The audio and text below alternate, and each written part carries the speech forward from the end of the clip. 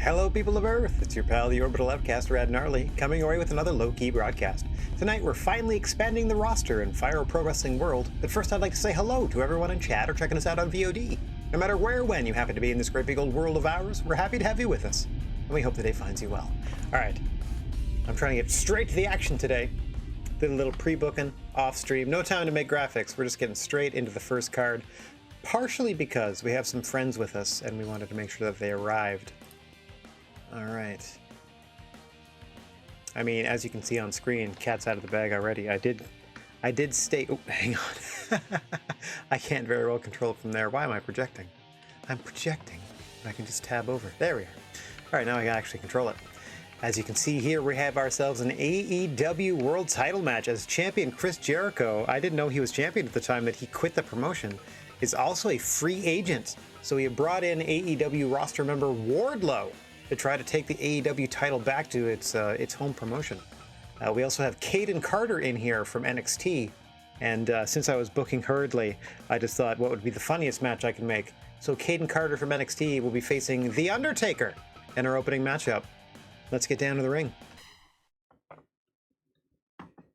More on the card as it develops. Have some title matches in the main event as always.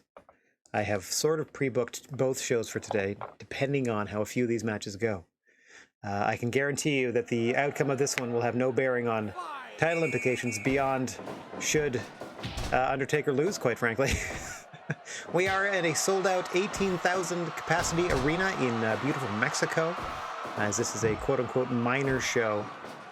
Hang on. Big old snake eyes out of the dead man. Caden Carter hanging in there as best she can in the opening minute here. Over under on Taker hitting the last ride in the opening 6 minutes, let's say. Oh, Kate, thank you very much for the bets. Nice to see you. Hope you're having a good evening. Welcome to the very beginning of the broadcast. First match of the night. Caden Carter there in the denim attire up against The Undertaker in the black. Caden joining us from NXT. We are friendly with all promotions. That doesn't necessarily mean we're going to book them in favorable matches. Big DDT there by Caden. Angering The Undertaker more than anything. Kate, thanks so much for joining us. Thanks for those bits. Lovely to see you.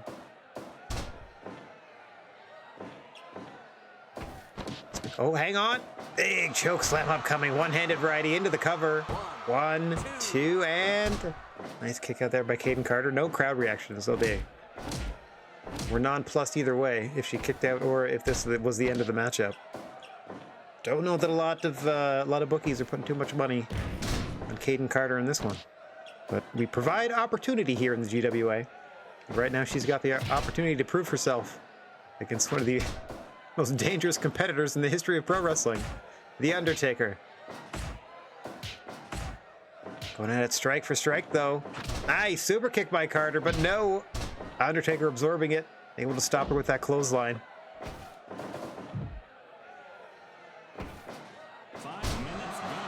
There's the 5-minute mark. Undertaker's got a minute to hit the last ride, or I would have lost a bet here. Oh dear, and down goes Mr. Bigfoot. Another big one-arm chokeslam into the cover. 1, 2.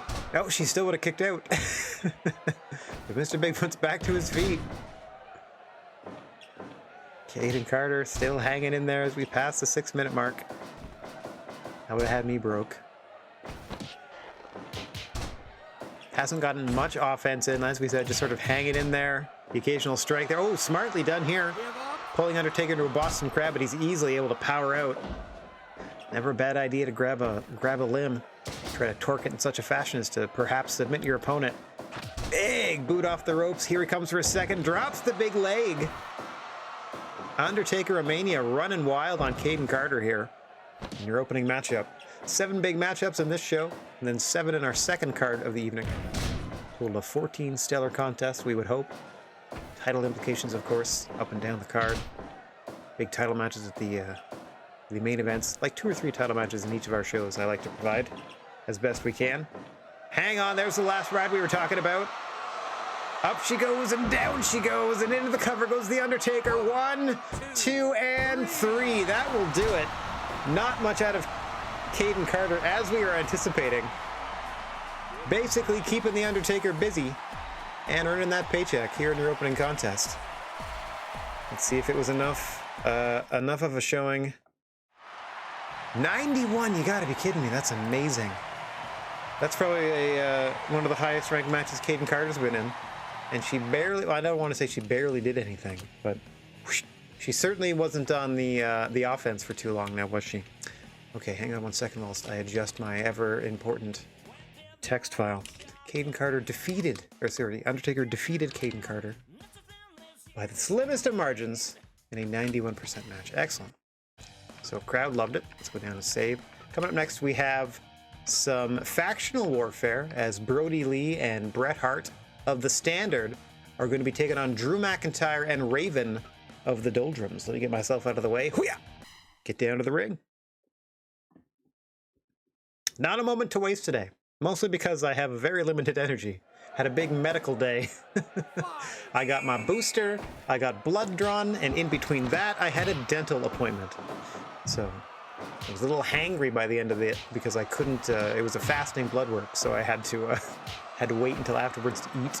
Had a rushed dinner, tried to book a card together. Now here we are. Basically, I do as best I can to follow some semblance of booking logic from one card to the next, but also by and large, I'll just book some dream matches. Some nice tag teams based on our factional situations, like this one here. The muscle of each of these factions, Brody Lee and Drew McIntyre respectively, as we speak of the Standard and the Doldrums. In there at the moment until McIntyre tagging out to the leader of the Doldrums, Raven. Has yet to work himself into a title situation, has Raven. Has yet to taste singles gold. The other two members of the faction, Yuji Hino and Rey Fenix, are currently the GWA Tag Team Champions. Now Raven's in there against Bret Hart, leader of the Standard. Along with Will Hobbs, Mike Bailey, who we're going to see later tonight, and current tag team partner Brody Lee on the apron. Nice pile driver there by the Hitman.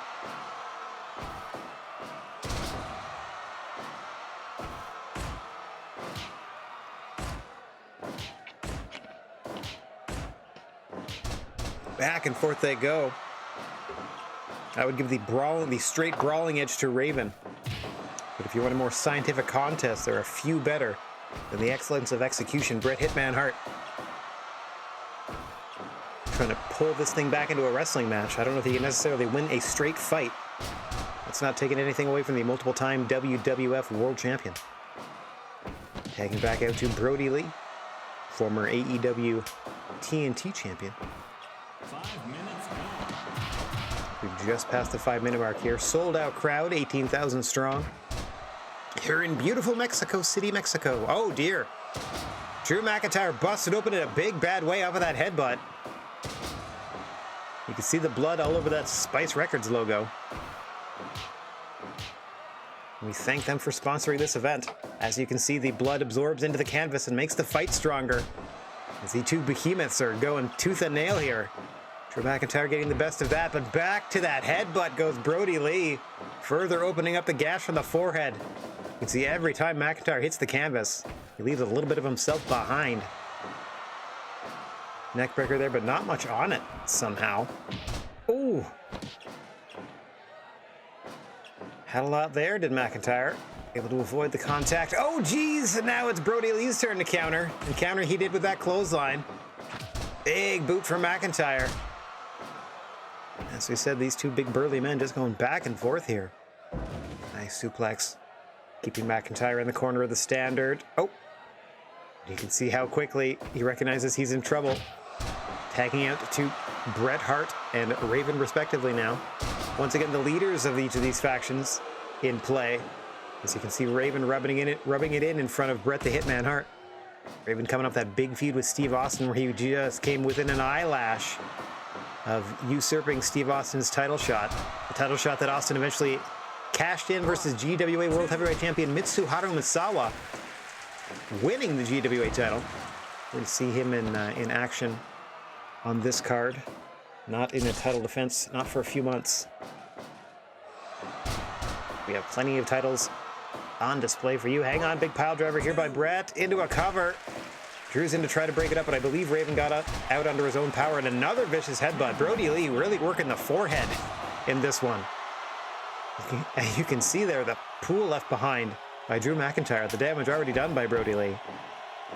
Oh, heart attack by the two members of the Standard. Brody Lee, oh, a big boot absorbed by Raven. Oh, Brody Lee dodges the big shoulder off the ropes. To the eyes goes Raven, trying to get any advantage he can. Nice discus lariat there at the end of the combo. Dropping the larger Brody Lee and allowing Raven to get Drew McIntyre tagged back in. Double team powerbomb. A fine how do you do for Brody Lee. Thought maybe perhaps, oh, super kick under the jaw there. I thought Drew McIntyre might want to take more time on the apron to heal from that wound or deal with it. Raring to go and ready for action is Drew McIntyre, ready to eat more super kicks. Backbreaker taking a lot out of both men, but you see Brody Lee back to his feet first. Able to tag in his fresher partner, Red Hitman Hart. Oh! Just getting chopped down like a tree by Drew McIntyre. The size discrepancy in there now. Hang on! Inverted Alabama Slam. I don't know what else to call that. My word.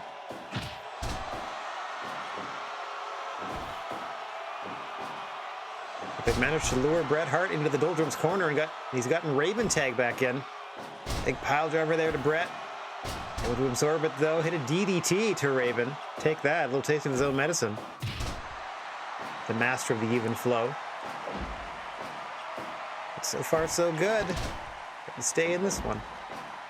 Are the Doldrums out there against the more technically sound team of the Standard, I would say, overall. Back in comes Brody Lee. And there's that even flow we were talking about. Raven's got to rub it in before he goes for the pin, though. Rolls him over. Bret Hart saves the matchup at 2. And they're able to stuff some defense from Drew McIntyre, Brody Lee, and Bret. As Brody going to work with those headbutts. Oh, that vicious clothesline, turning Raven inside out. Scurries to the corner to get Drew McIntyre tagged back in. McIntyre's been bleeding profusely for about 10 minutes now. It's not getting any better with shots to the head like that from Brody Lee.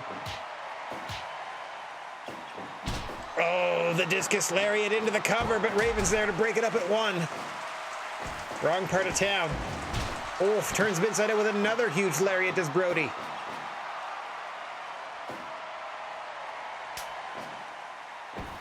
Tag out to the Hitman, perhaps looking to vary things up to finish Drew McIntyre off. Inverted atomic drop. Oh, gets chopped right back down to the mat.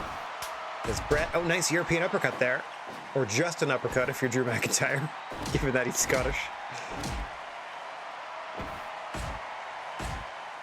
Able to hit them in combination now is Bret Hart. Further working that terrible forehead wound of Drew McIntyre. Has been bleeding for the most of this matchup now. Once again, Bret Hart finds himself in the Doldrums corner up against Raven. Tat-a-tat. Nice drop kick there from Bret. Settling that argument for the moment. Goes for the sharpshooter, but Raven kicks him away. Headed toward the 20-minute mark now. 20 minutes gone. As you can see, Brody Lee tagged in fresh at the 20-minute mark. Hits a huge heart attack on Raven. Oh, back to the eyes once again goes the leader of the Doldrums, but Brody Lee having none of it. Must be from Iqalat, because he's having none of it. Oh! Pulls him into the Standard corner, the blue corner. And goes to work. Raven there, able to roll through that suplex. Sent off the ropes, though. Big boss man slam, the scrap buster. Out of Brody Lee and back to that vicious headbutt. Seen about half a dozen of those in total throughout the duration of this matchup. Raven able to Get a little time and space to get McIntyre tagged back in. Back to that assisted powerbomb neckbreaker combo. Might have Brody Lee right where they want him here. Oh, a double noggin knocker. Both men down. Lee back up to his feet almost immediately. Oh, turns Drew McIntyre inside out. But McIntyre back with that neckbreaker.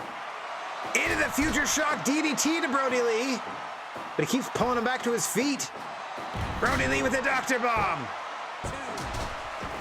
Raven able to stuff the count at 2, kicking Brody Lee in the chest there. Getting him out of that pinning predicament. Able to keep Drew McIntyre's chances alive here. Oh, stealing the super kick out of Brody Lee's playbook is Drew McIntyre. Certainly causes Brody to think twice as he tags back out to Bret Hart. Now it's McIntyre in a world of trouble. Look at that. Snap suplex to Bret, but not any power behind it whatsoever, as you can see the blood continuing to pour from the forehead of Drew McIntyre here. All over the canvas at this point. To his credit, he's once again able to get Raven tagged in. Able to fight his way to the other side of the mat here. Oh dear. Don't worry, he will get medical attention once this match concludes. We are unable to provide medical attention during the matches due to state regulations. Mind you, we're in Mexico. Due to Mexican regulations.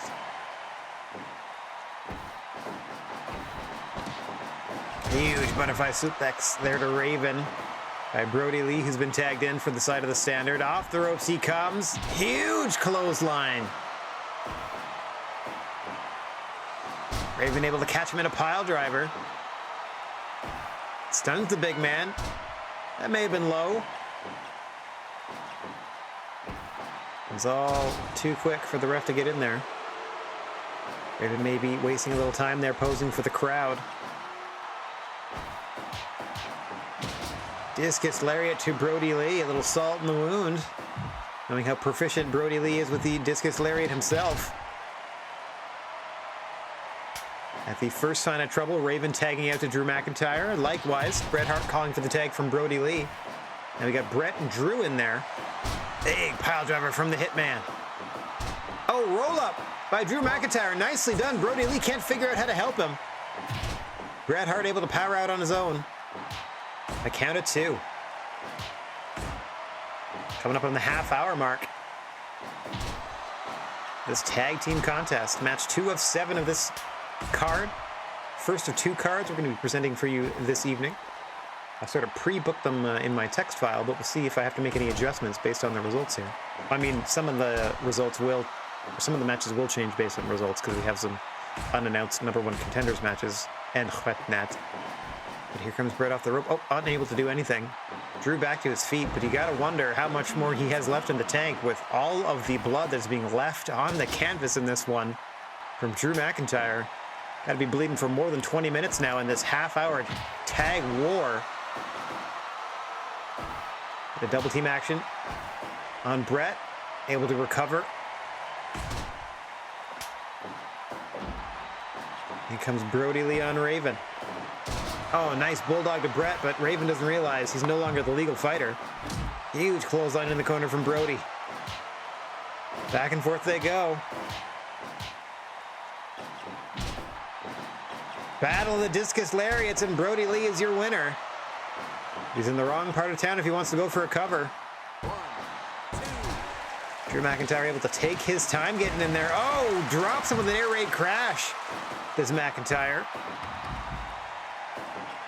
And by him in that instance, I meant Bret Hart. Raven in with a chair. He's going to have a 5 count to drop that now that the referee is aware of it. Whether he's inside the ring or outside of it. This could result in disqualification if Raven's not careful. Oh, almost. Drops the chair at 4.5, does Raven. Eats his super kick from Brody Lee. Able to counter that bulldog. The resilience of the leader of the Doldrums here on display as this war rages on. Once again, the 2 big men in there. Oh, Drew McIntyre throwing a wild headbutt. You can tell he's thinking about revenge on his mind and pouring down his face. As the Standard have worked that forehead wound for almost 20 minutes now. Every time McIntyre's in the match, A literal bullseye painted across his forehead.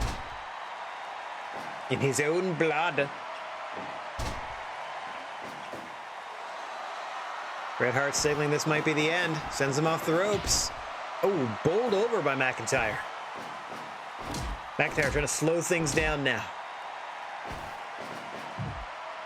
Sets Bret up in the corner. Nope. Gets countered into the inverted atomic drop. Nice. Drop kick to the chest of McIntyre. Bret with a sneaky tag out to Brody Lee. Drew McIntyre did not know that Brody Lee was legal until it was far too late there. Does the deal with the Falcon Arrow.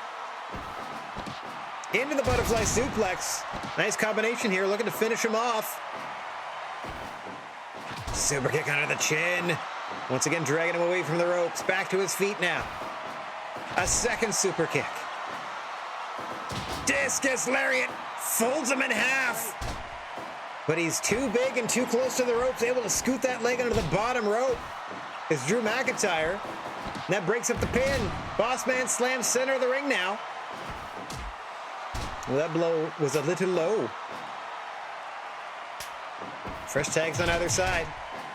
Bret Hart for the standard. Raven for the doldrums. Each stable's respective leader. Facing off now as we are headed towards 40 minutes into this tag contest. A clothesline there from Bret. At this point, any major submission attempt is virtually an insta-win. Bear that in mind when the Hitman's in the ring. He's able to lay Raven down with that nice Russian leg sweep, but both men back up at the same time. A dead heat at the 40-minute mark between these two.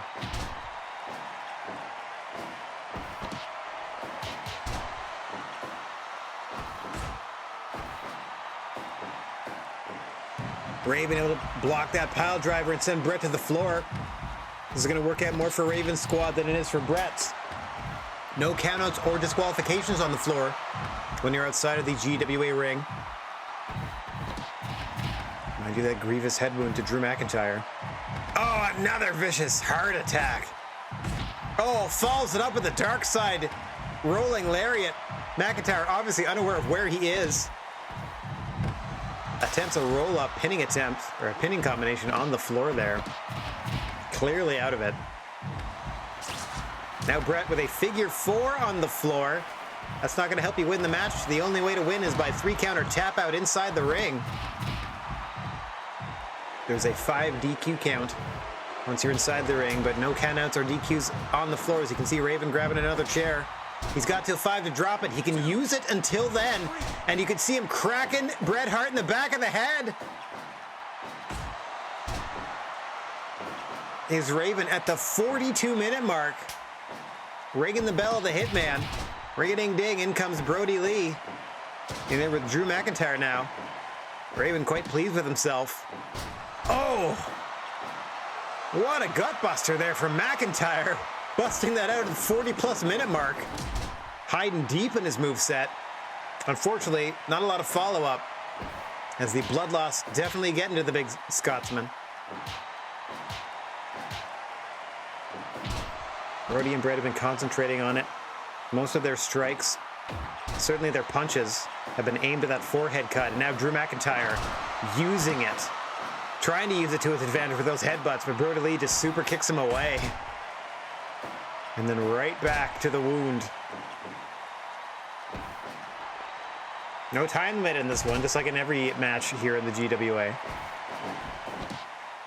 Must have a winner, and we shall.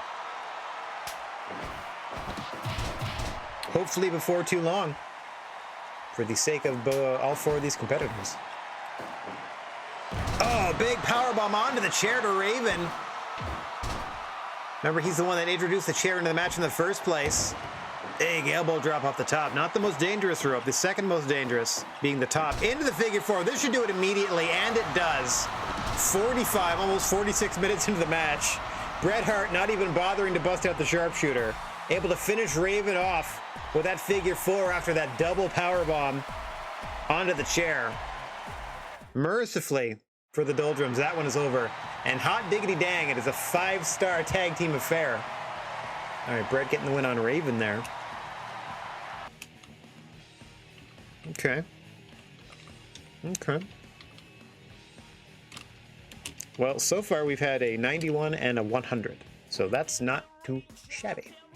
Not too shabby at all. So our average is like 95 and a half. They're going to round down, but that's okay. We're just going to save, and we're going to get to our next matchup. Oh, look! Wouldn't you know it, we hired Eddie Guerrero. And we're putting them in the ring against Kurt Angle. This is a low-key #1, I'm just going to let you know, this is a #1 contenders match to the Hall of Fame Championship. So the winner of this one, in our second show, will be taking on William Regal. So you're going to see William Regal against either Kurt Angle or Eddie Guerrero based on the result of the following singles contest, featuring our newest signee, Eddie Guerrero, joining the ranks of the GWA. So expect to see him in there with everyone we can throw at him. Okay, starting with his old pal Kurt Angle. Let's get down to the ring for this special singles attraction. As always, the creature on feature, the referee on record, the monster in the moment, Mr. Bigfoot calling for the whistle, and we are underway. Again, 18,000 plus here in beautiful Mexico. Joining us live for this event. We couldn't be happier to see you all internationally on pay-per-view and for the low cost of nothing, because we're free on Twitch. Thank you for joining us and strolling down the gnarly wrestling aisle. That's right. The GWA, the only wrestling promotion where all 3 letters of its acronym are silent.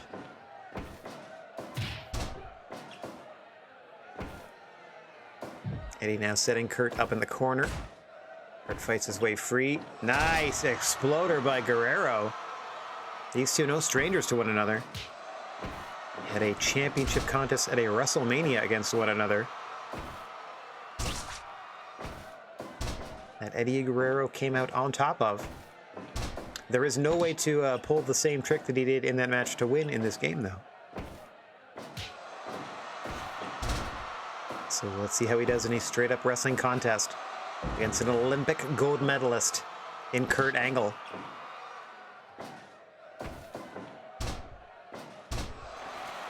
Who elects to slow things down here against Latino Heat Eddie Guerrero. He lies, he cheats, he steals the hearts of fans around the world. Into the 3 amigos from Guerrero. Look at him pop those hips. Keep that momentum rolling. Nicely done, but in the southern quadrant of the ring, didn't quite have the room to set him up for the frog splash, did Eddie? Into the, Black Tiger Bomb from Guerrero, gets a 2 count. Nicely done, now snaps him off. With the head scissor takeover, Eddie looking fantastic in the opening 5 here. Kurt looking to cut him off in a big bad way. 5 minutes gone. Guerrero a little red in the face. Just shows that he's focused. Another big exploder there from Guerrero, trying to set Kurt up in the bottom corner. As I said, it's kind of difficult in the northern and southern quadrants of the ring to set them up properly for the off-the-top rope moves. Much easier time of it if you go east-west, Eddie. But trying to take advantage of Kurt while he has him down. Give up. Kurt able to reverse things into a sleeper. Eddie fights his way free. Now he heads up top. Big frog splash, but he's going to be too close to the ropes there. Kurt able to escape with a no count. Drops Eddie with a DDT. Trying to swing momentum back into his favor is Kurt. You can see him needing to catch his breath there. Eddie pulls him back to his feet to beg off. Interesting strategy. And now just creating some time and space here so that both men can catch their breath. Very sporting of Eddie Guerrero. Hang on, and then he gets caught with an Olympic slam immediately. Excuse me, an angle slam. We don't get to sue by the IOC. Kurt into the cover. Eddie out at 2. Getting surprised with that angle slam was Guerrero. A second one now sends Eddie to the floor. That's good for Eddie. Can't get pinned out there. Mind you, he rolls right back into the ring for a 3rd. Back into the cover goes Kurt. 2 and no, Eddie's out again. With the exception of a pin in between the 1st and 2nd, that was almost a 3 amigos of Olympic slams if you think about it. Hang on. Into the rolling Germans goes Angle. Eddie out at 2 again. Nice tilt-a-whirl backbreaker by Guerrero. Kurt cuts him right off. Trying to grab hold of 10 minutes gone. the offensive momentum and not let go.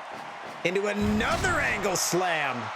Spamming those signature moves is Kurt Angle.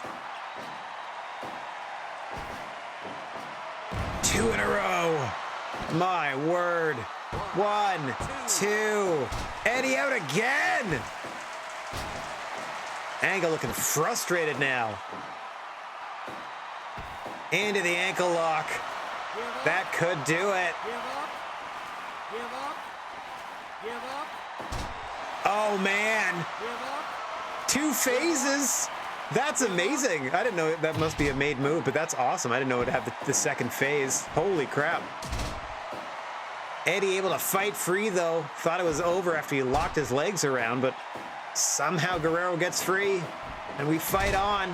Now working the leg of Angle. Up top goes Eddie. Frog splash for the small of the back. Rolls him into the cover. 1, 2, 3. Eddie wins. Eddie steals it. Looked to be on the brink of defeat.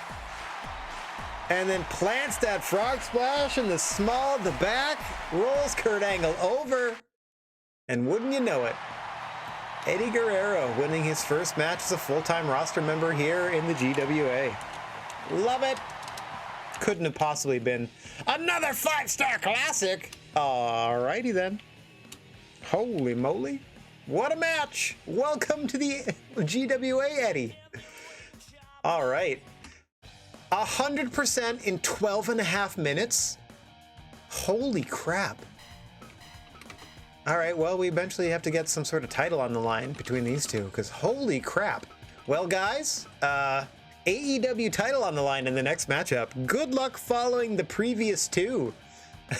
Even our squash match was plus 90. All right. Chris Jericho is here with the AEW Heavyweight Championship. Chris Jericho currently a free agent. So we have brought in both Chris and Wardlow from AEW to hopefully bring the belt back to AEW. Let's see if Wardlow can explode some dynamite on Le Champion. As always, the referee on record, Mr. Bigfoot, gonna call for the whistle here. And we are underway.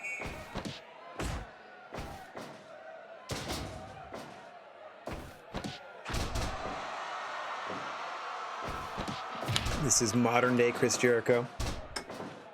So it should have his Judas effect finish. A lot of custom moves in a lot of these edits. I continually tip my cap to the Steam Workshop for the both quantity and quality of creations they come out with. Hang on, old school walls of Jericho there by Chris, but not for very long. Hang on, let's just call that what it is. Lion Tamer there by Chris Jericho, but Wardlow able to muscle his way free almost immediately.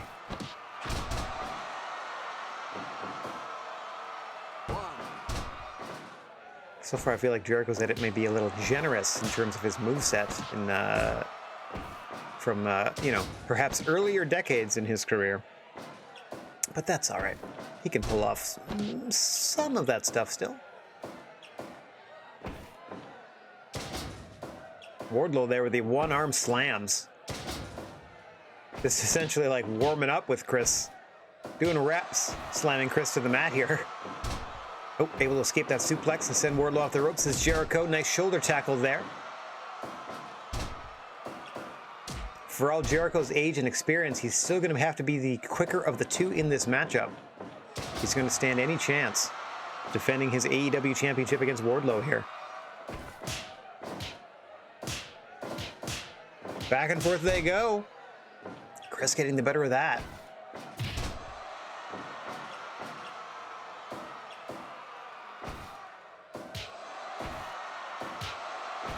I don't know if his Wardlow has like powerbomb after powerbomb after powerbomb, but definitely has the F10.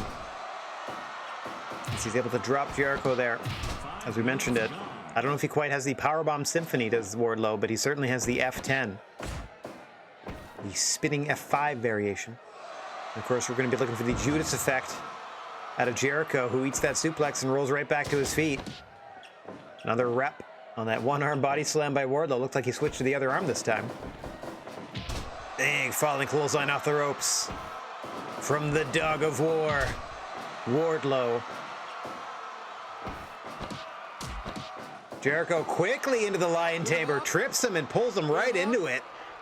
One smooth motion there from Jericho.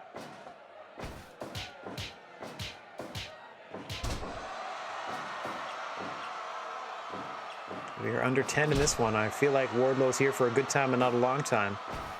Already needing to catch his breath as the big man. Plays the power game all too well, does Wardlow, and you see it in that power bomb.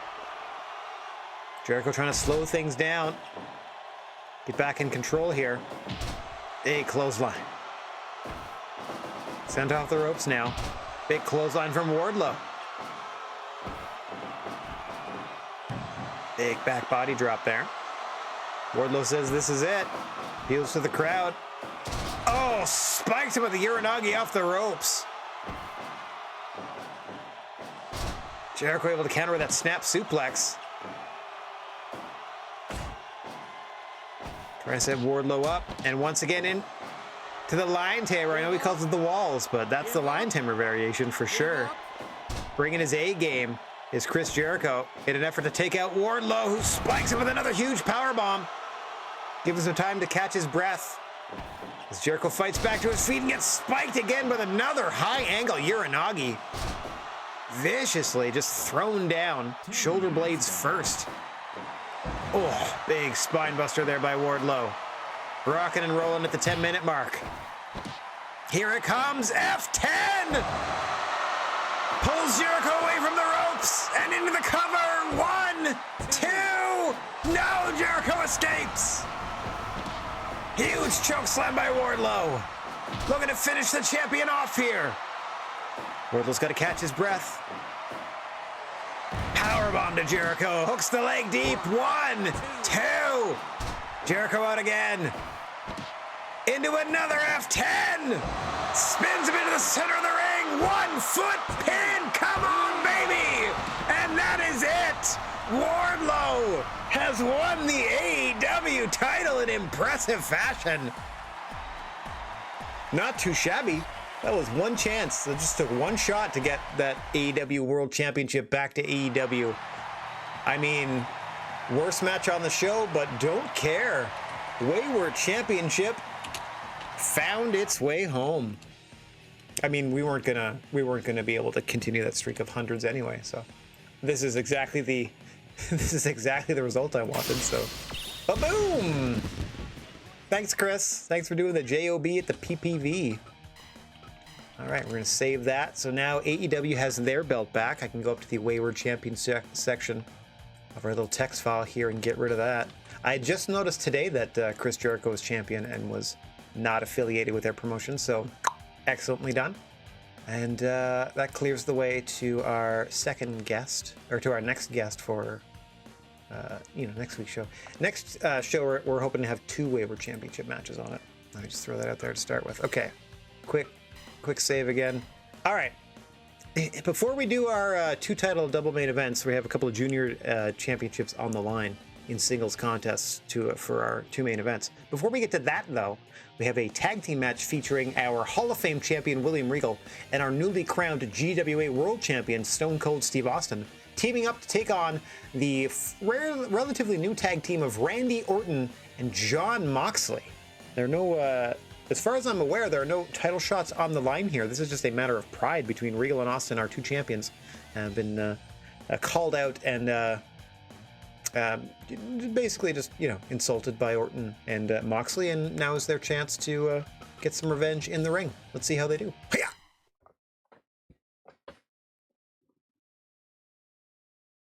I'd be remiss if I didn't tell you about Mr. Bigfoot calling the action and ringing that whistle. Ringing the whistle. Signaling for the whistle. To get things underway. New Hall of Fame heavyweight champion coming off a successful defense against Bret Hart, who we saw in successful tag team action earlier today. William Regal in there against Randy Orton, himself a former Hall of Fame champion. Action immediately spilling out to the floor where there are no DQs or countouts, but you can see Steve Austin and Jon Moxley just staring daggers at each other from across the ring on their apron, on their respective aprons in the red and blue corners. There are no countouts or DQs outside of the ring, so until the fight gets interesting in their eyes, they're going to stay where they are. Randy Orton sent across the ring, crashing into the guardrail there. Is William Regal looking? Nope. Counter there by Orton into a bulldog. Once again, Orton back into that headlock. Tried and true offense from the Viper, and now Stone Cold's seen enough, looking to help out his tag team partner and Hall of Fame champion William Regal. Orton immediately thinks better of confronting the GWA champion Austin, and in comes Moxley, who has no choice but to face the champ, as he's now tagged in by Regal. The complexion of the GWA has changed drastically in our earlier years, carried by champions like Kenta Kobashi and Mitsuharu Misawa.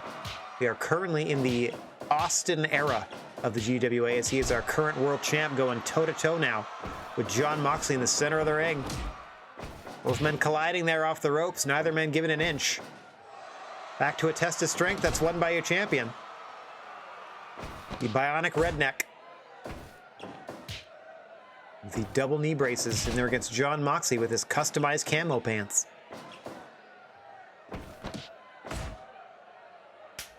Moxley quick tag out to Orton. This is a recent pairing that we've seen. Oh, 3D by Orton and Moxley, much to the chagrin of Austin, who seemed to have lit a fire under him. At least to get Orton away from him and get Regal tagged in. Quick tag back out to Moxley. Impressive work by this relatively new but somewhat regular team of Orton and Moxley here. Austin and Regal obviously have a long history of friendship, but not a long recorded history of teaming up outside of the GWA, as far as I'm aware. Same can be said for Moxley and Orton.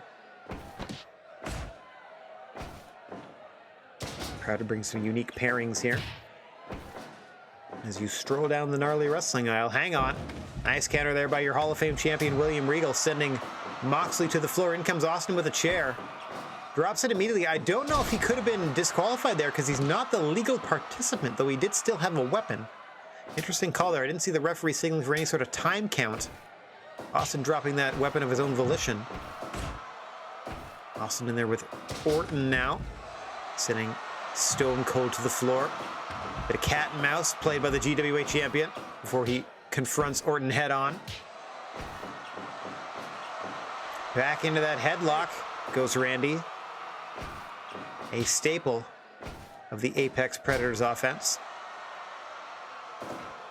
Head and neck locks. A clubbering combo from Austin, who hooks the leg and stares deep into our soul. Unfortunately, he has to break up that pin attempt.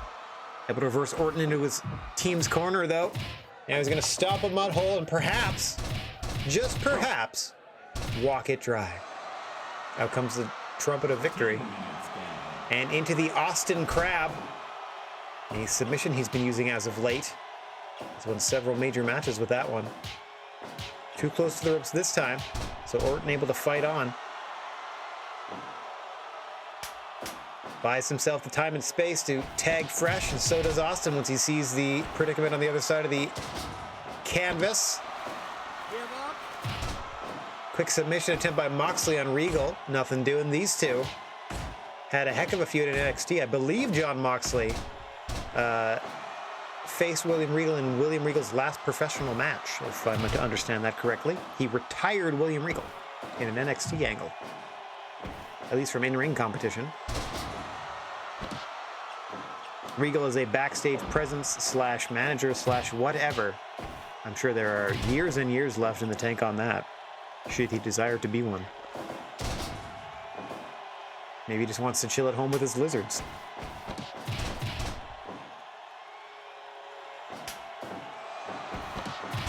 Orton tag back in. Likewise, Austin for the championship combination here. It should be noted that Austin and Regal are 2/3 of your reigning GWA Trios champions, winning the second Trios Tournament of Terror, a one-night Trios deathmatch tournament featuring 8 different teams. The winning team splits $666,000 in cold hard fake cash. They also are granted the Trios titles, meaning that their pay goes up for every match they are involved in for the next calendar year. And in addition to that, each individual member of the Trios is granted a title opportunity of their choice in any time in the next year, any time in the next calendar year of shows. And being only the second Trios champions, they hold the honor of being the first Trios champions to go 3 for 3 in their championship opportunities, able to capture all 3 belts they contended for. Quick RKO there by Orton, looking to follow it up with a face and headlock to Stone Cold. Just to lure him in for a second RKO. Into the cover goes Orton. Austin able to escape. Into the stunner goes Austin. Deep hook on the cover, but too close to the ropes is Randy. Austin jacks the jaw of the Apex Predator. Now both men tag up. William Regal and Jon Moxley once again legal. Regal going to work. Moxley trying to respond with some chops. Nice neckbreaker there by Regal. Sends Moxley off the ropes. Huge knee trembler into the cover. 1, 2. Orton's there in time. You see Austin staying on the apron. Orton stomping away.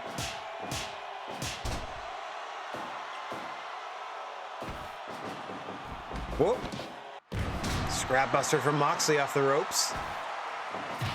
Also hand-to-hand and knocking Austin off the apron there momentarily. Into the paradigm shift. Dangerous angle on that one.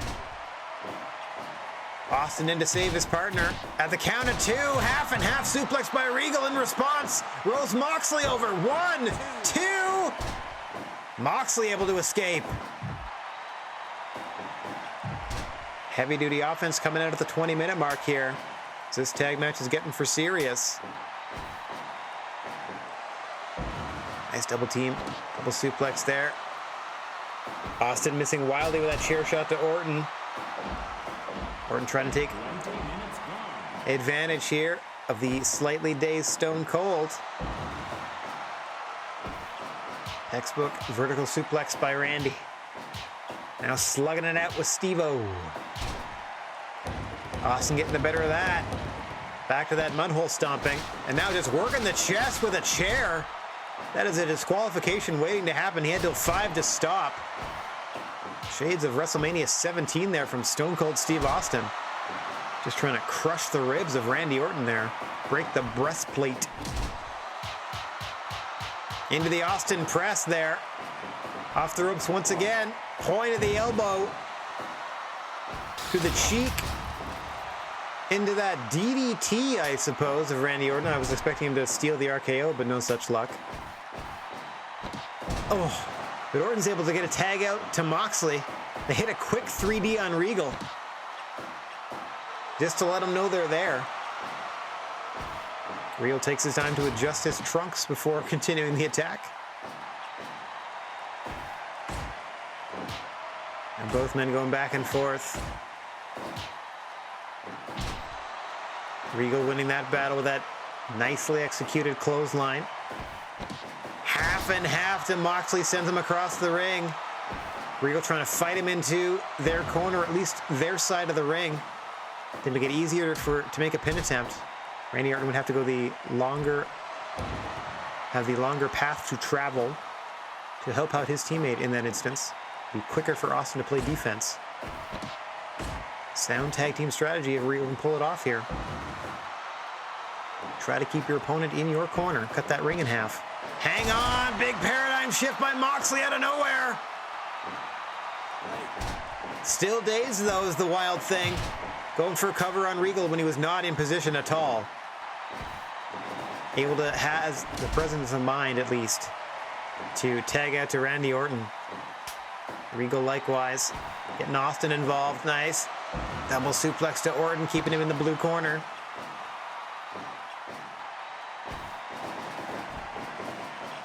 Oh, able to dodge the kitchen sink. Big clothesline in the corner from Austin. Fighting Randy back into the corner. And oh, dear. Austin mistiming that, misjudging the distance. They've hit the turnbuckle there. Please don't let this end with a headlock. RKO by Orton. Into the cover on Austin. 1, 2, and no. The GWA Heavyweight Champion escapes. Austin signaling that this might, or excuse me, Orton signaling that this might be it. Waiting for Austin to stand. Off the ropes comes Orton. A running, leaping RKO. But he immediately tags out to Moxley. Oh, a 3D version. Austin recovers. Hits that kitchen sink and tags Regal back into the matchup. Almost 30 minutes gone in this one. Any submission attempt should be almost instantaneous, so watch out for a Regal stretch.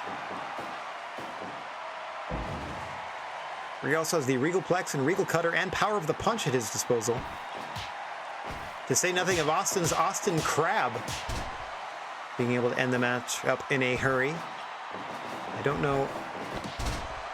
Well, Moxley has that short arm scissor, or whatever you want to call it, key lock there that he applied on Regal earlier in the matchup.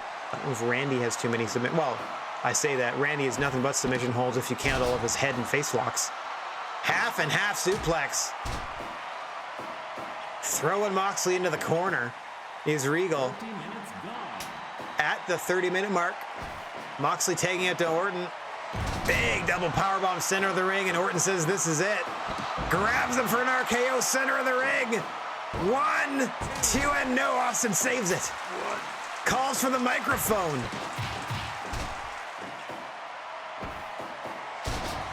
Throwing German by Regal. Into back control once again. Caught with another RKO. Randy can't follow up right away. Regal able to dodge that RKO attempt. Tags in Stone Cold. Austin sending Randy into his own corner. Big clothesline. Now the two are going to slug it out once again. I feel like they made Randy like a tall character when he should be a medium, because he and Austin are both like 6'3", and I reserve like the large or giant characters for like 6'6" and up. Anywho, I can make that change later. There's no reason he should be so much bigger than everybody else. Austin able to fight Orton back into the blue corner. Smart strategy here from your GWA Heavyweight Champion. Can't do anything about a low blow though, can the champ. As Orton's able to tag Moxley once again. Excellent tag work from both of these squads. Keeping this match at a fever pitch for 30 minutes plus now. Oh no, Austin busted wide open with that shot from Moxley. In comes Regal now. Setting Moxley up in the corner. Oh, Moxley able to counter. Release suplex. Puts Regal down. Paradigm shift, center of the ring. Into the cover. 1, 2. Oh, Austin just there in the nick of time, and we fight on. Hang on. Stunner into the rock bottom on Orton. Paradigm shift to Regal once again. 1, 2. No, Regal escapes. Sends Moxley off the ropes and drops him with a forearm shot. You can see how badly Austin's bleeding there. Butterfly suplex from Regal. Barely able to get back to his feet though as the Hall of Fame champion. Big double powerbomb. Orton trying to fight his way free. Excuse me, Regal trying to fight his way free. Backdrop driver. Folding Orton in half, but he's able to recover to try to stop Regal getting the tag into Austin. Oh, Regal stretch like 3 seconds too late. If you'd done that instead of tagging, this match might be over, Regal. Orton can do nothing but suffer at the hands of Regal, at least momentarily. Austin wailing away on Randy Orton to the center of the ring. Off the ropes he comes. Point of the elbow. What? Talking trash the whole time. Here comes another. What? Orton back to his feet. Muscled back down to the canvas by Austin.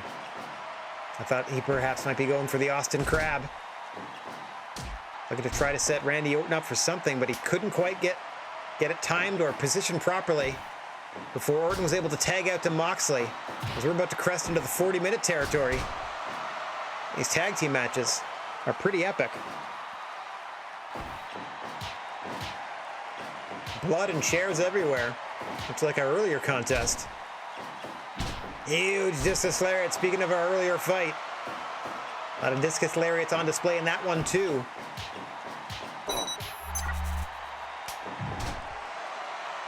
Hey, Bacon, what's going on, everybody? Nice to see y'all. Oh my God, Tiger suplex by Regal into the bridge. Orton saves the match. How's it going? Hey, Hannah, how you doing? Hopefully everyone's having a nice night. We're headed towards the main events of our first show here. This is a feature tag match. Hall of Fame champion William Regal's in there against Jon Moxley. Moxley's partner Randy Orton on the apron. Oh, half and half suplex. Whom, thanks for the howdy. Hannah, thanks for the follow. Appreciate it. Nice to see you, everybody. Backdrop driver to Moxley by Regal. Your reigning Hall of Fame champion. Moxley thinks better of it and tags out to Randy Orton. Steve Austin, your GWA heavyweight champion, currently on the apron in the blue corner. Gonna have to come to his partner's aid in a moment if Randy can get the pin attempt, and he can't. You can see Regal scurrying over to the corner to get Austin tagged back in. Despite the grievous head wound, Steve Austin is raring for a fight. As you see him call for the microphone there. No countout or DQ. Randy's got to get back into the ring for this fight to properly continue. Oh, big low blow on William Regal. And now an exploder suplex by Orton. Meanwhile in the ring, Austin working over Moxley and telling him all about it.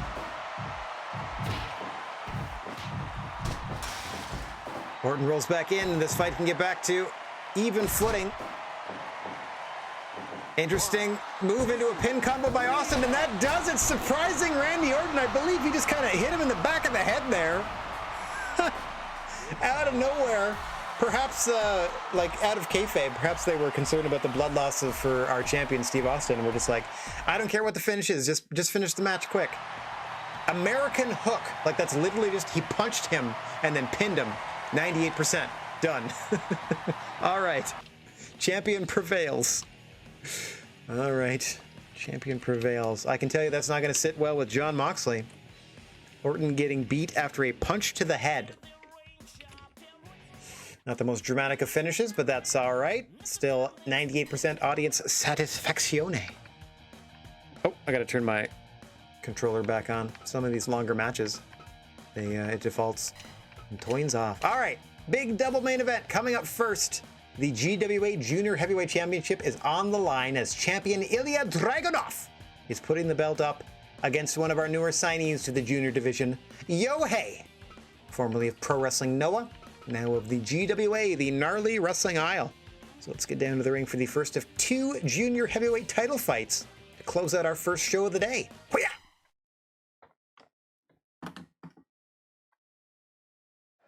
And as always, the referee on record, Mr. Bigfoot, signaling for the whistle.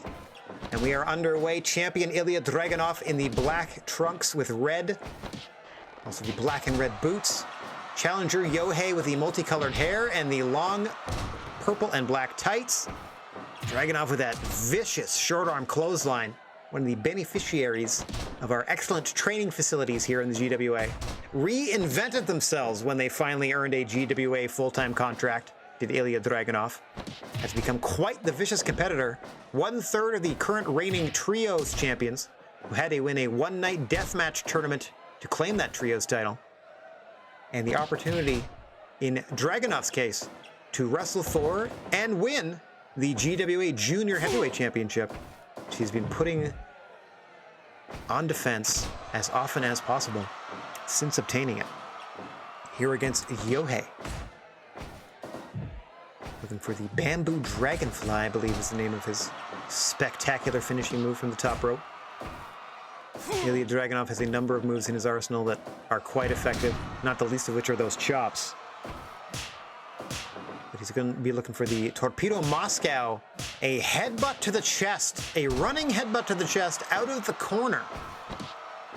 You'll know it when you see it. He torpedoes his body at his opponent. To say nothing of his technical skill, you see that delayed suplex sending Yohei to the floor.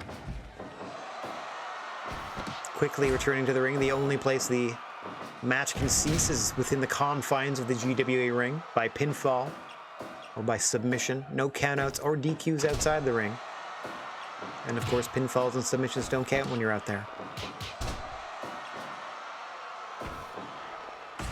Coming up after this, we have the Legends Junior Championship on the line, a fairly new belt to the GWA, as champion Jushin Thunder Liger will be putting the belt on the line against Kairi Sane, also known as Kairi Hojo in her Stardom days, more recently known as Kairi Sane due to her affiliation with the WWE in real life. Hang on, nice backdrop suplex there by Ilya Dragunov, who's getting in quite the workout here, throwing Yohei around in the opening few minutes. Nicely done, enziguri by Yohei.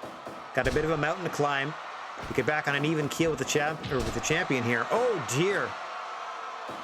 Gonna need his head attached to his shoulders to do it. Doesn't look like Dragunov wants to leave it there. Turning him inside out with multiple clotheslines, looking for a third here. Goodness gracious me. Now changing the angle on it, catching his breath as well. Champion Dragunov feeling it in a big bad way. Here comes number 5 in a row. Looking for a half dozen. Blasting Yohei once again. He'll do this until he runs out of juice. Off the ropes again. 7. Looking for number 8. No, he runs out of steam in the middle of the ring at number 8. Yohei looking to take advantage of a now exhausted champion Dragunov. Hey, White Rabbit Object. Nice to see ya. Hope you're having a good one. You can see now Dragunov, after performing any heavy-duty move, got to catch his win there, even after that oddly angled powerbomb. Nice snap suplex there by the challenger, who, as we said, has moments to take advantage of this while they can. Oh, the vicious chops of Dragunov. Buys him some time to start catching his breath here. Yohei fighting his way back to his feet, but he's a bit dazed. Able to eventually get a head scissor takeover off. WRO, this is the semi-main event of the first card. So this is the first of 2 championship matches in our first card. And then once I'm done the first show, you're going to see me book and run the second show. And the second show should have 3 or 4 championship matches as well. Oh no, Yohei getting caught with that rebound lariat, clutching at the neck, and that will do it.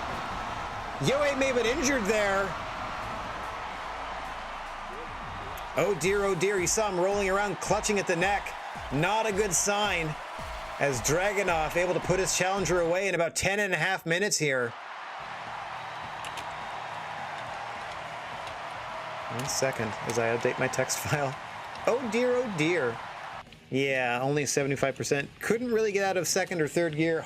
Couldn't really get out of second or third gear with that one. With that, that might be an injury to poor Yohei there. That pursuit clothesline caught him, and how. Hey, what's going on, Bacon? All right, here's our main event of the first show, and then we're going to book the second one. I already have some ideas for it. We also have to hire somebody for the roster, so we might do a little scouting first. All right, in our main event of show number 1, this is our March show in our 6th year of this wrestling universe. Jushin Thunder Liger is going to be putting the Legends Junior title on the line against former GWA Junior champion Kairi Sane. I believe she and Jushin Liger have some outstanding issues from earlier in their GWA careers, and we're going to see them contend for that Legends Championship belt right about meow, Funk Soul brothers and sisters, and all points in between. And perhaps neither. As always, the creature on feature, the senior official here in the GWA, Mr. Bigfoot, signaling for the whistle, and we are underway in your main event. Champion Jushin Thunder Liger in the red and white full body suit and mask. Challenger Kairi Sane in the black and red attire. Kairi Sane's going to be looking for that 7 C's. Spectacular elbow drop off the top rope. I believe this version of Jushin Thunder Liger prefers the Liger Bomb. Is a underhook power. You'll see it, a leg hook power bomb. He hooks the legs on the way down. A power bomb sort of ending in a sunset flip position. You'll know it when you see it. When Liger hits that Liger bomb. Nice axe kick there by Kairi Sane. As we said, a former GWA Junior Heavyweight Champion, as is Jushin Thunder Liger. He was successful in bringing the Legends title to the GWA, defeating Tatsuhito Takaiwa. Hang on. Tombstone by Jushin Liger in the early going here. Follows it up with a nice head scissor. Perhaps setting Kairi Sane up for some top rope offense. Oh, jeepers creepers. Drops her with the brainbuster and into the pin goes Liger. Two-hand. Kairi able to escape, but is backed into the corner. Able to reverse the champion into the corner. Hit a standing spear. Does Kairi Sane. Trading forearm shots now with Jushin.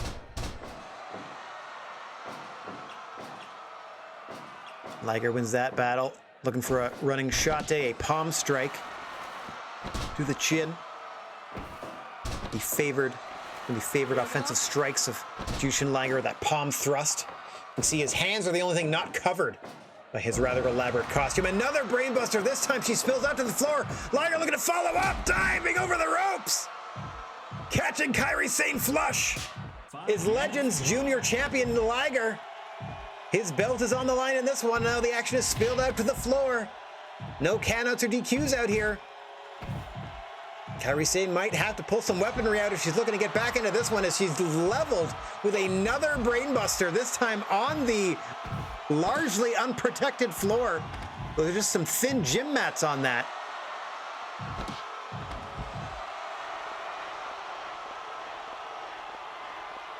Jushin Liger now with, I believe, a Romero special of sorts.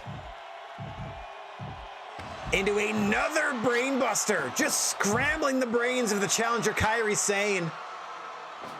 You see Liger reveling in the work he's done, rubbing it in for the audience. Not even 10 minutes deep into this one. Liger thinks he has things well in hand as he goes up top. Shooting star press to the small of the back into the Magistral, but he's too close to the ropes. Beautiful cradle attempt there by Liger. Now a Luthez press. Gets a 2 count. Polite applause from the crowd on the kick out. Liger is all over Kairi Sane in this one.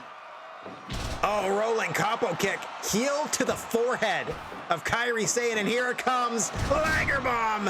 1, 2. No, Kairi Sane escapes.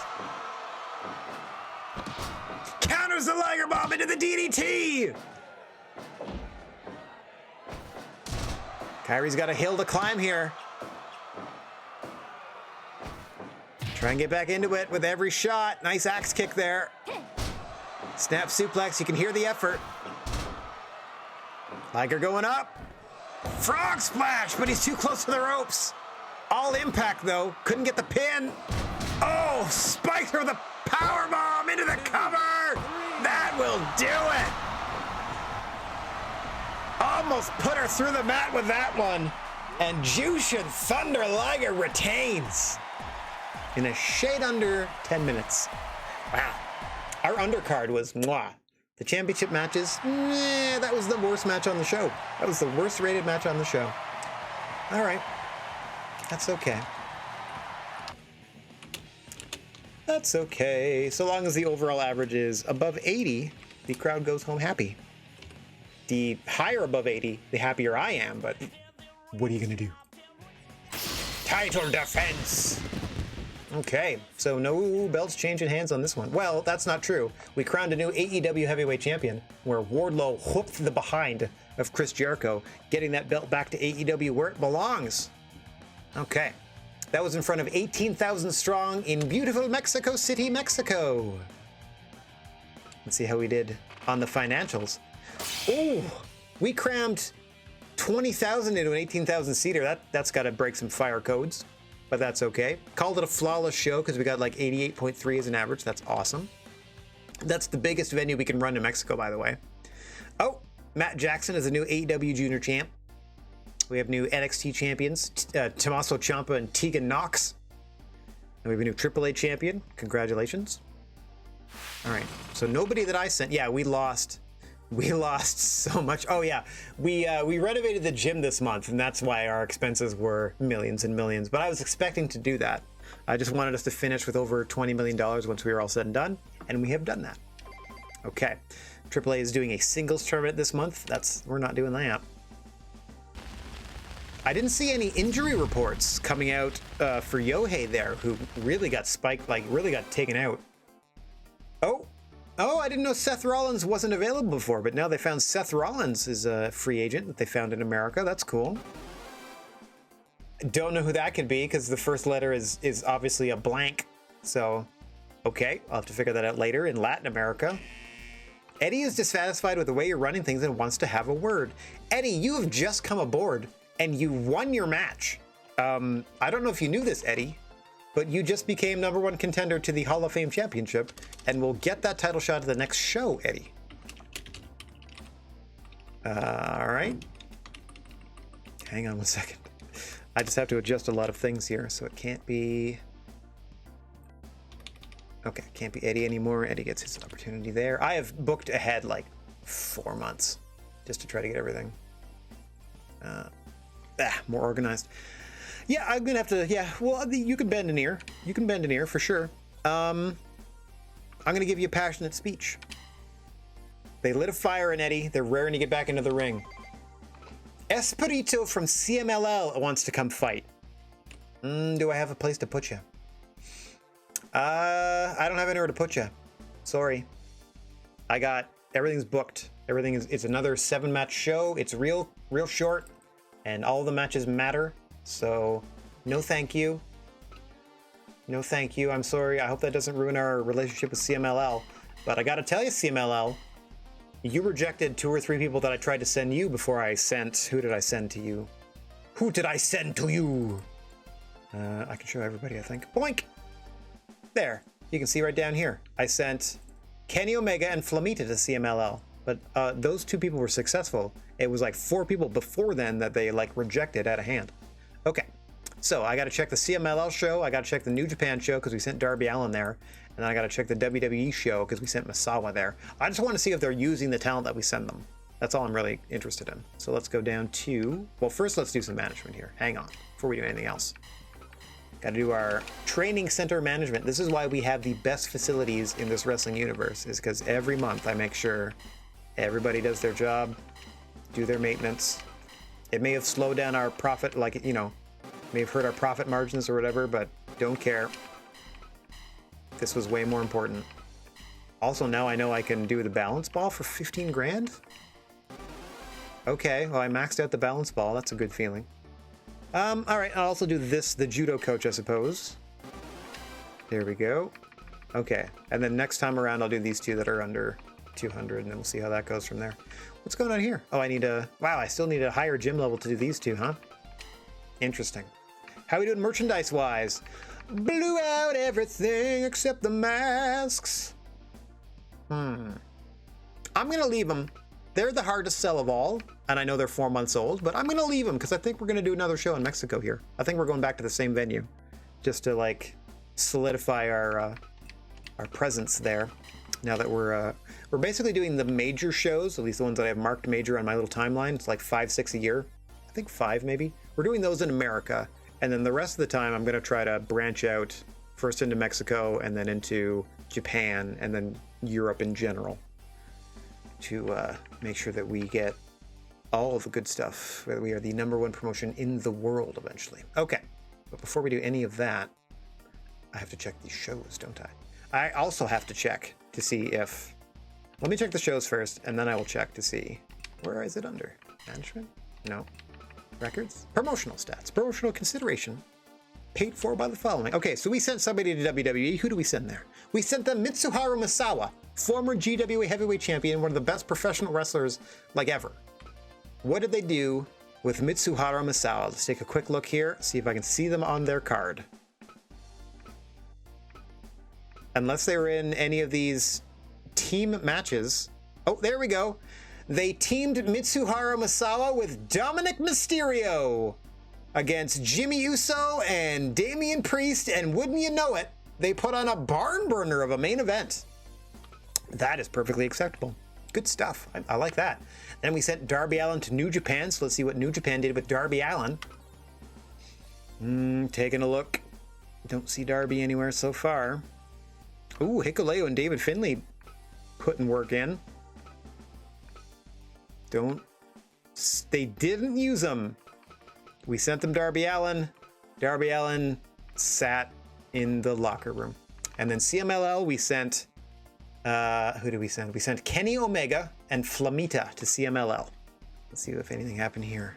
So far, not in the bottom half of the card. Possibly part of the two teams. Possibly. That must, if they weren't, then they didn't use them either. So at least Masawa got used. That's all right. And now that I've checked that, I gotta check who wants a raise. Gotta keep an eye on that. Oh, there's a rumor that Steve Austin wants a raise? No way. Our champion wants more money. Change salary. Tiny bumps for you, because you're already making kind of the most. The mostest. That's it. He's the only one that had a pay issue this month. I love it. Okay. Let's save that to save everything we've done to this point. I'm going to go to Human Resources and to the Scouts, because we had a couple of them come back. Strong Showman Japan America. Let's do Strong Japan for 6 months. Away you go. And Lucha Hardcore Latin America. Let's do Lucha 6 months. Away you go. Toodaloo! Okay, now, the only other thing we can do before we book our next show, hang on, I've checked all these. I've checked all of dems.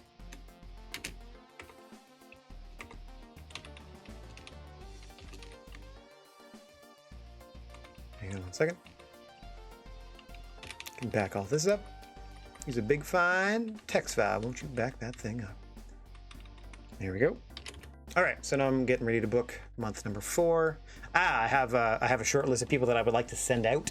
That's pretty fun. Oh yes, I must look up who CM Punk's tag team partner is in Big Japan Pro Wrestling. They are half of the Big Japan Pro Wrestling champions. I don't know if it's going to tell me here, but at least I can look to see what the belt looks like. Big Japan Heavyweight Tag Team. Okay, good. It's not CM Punk. It's Daisuke Sekimoto. So if I can bring in Sekimoto, I'm going to try to. Okay, Sekimoto. I'm going to try to put the Big Japan tag belts on a full-time GWA tag team, and then I can start bringing in 2 people at a time from Big Japan to try to get them their belt back, or I can start sending that tag team to Big Japan specifically to try to get it back. So I have, who do I have to invite today? I have 2 people I actually need to invite to this show. So before we can proceed, I need to save it, of course. And I'm going to invite Sekimoto from Big Japan. How you feeling, buddy? I'd be happier if you felt worse so that it'd be easier to get the belts off you, but that's okay. Boom, Sekimoto coming in. Gonna make him defend those belts with CM Punk. And then our second invite is our Wayward Champion. This is going to be our second Wayward Championship match of the day here. Where'd Bobby? Let's just do it alphabetically. Bobby Lashley is hopefully coming back in. Come on back in, Bobby. Ba-boom, Bobby's coming back in. So, Bobby has the WWE title. We cannot have the WWE title be on a freelance wrestler. It should be a rostered member somewhere. So much like we're about to do with the Big Japan tag belts, we're going to try to put for a short period of time, or as short as we can manage, we're going to try to put the WWE title on one of our talent. And I have just the talent to go against Bobby Lashley. So before we do anything else, we're going to book our event. I think we've invited the 2 people we need. Yes, we've invited the 2 people we need. I'm going to start, as I always do, with our title matches.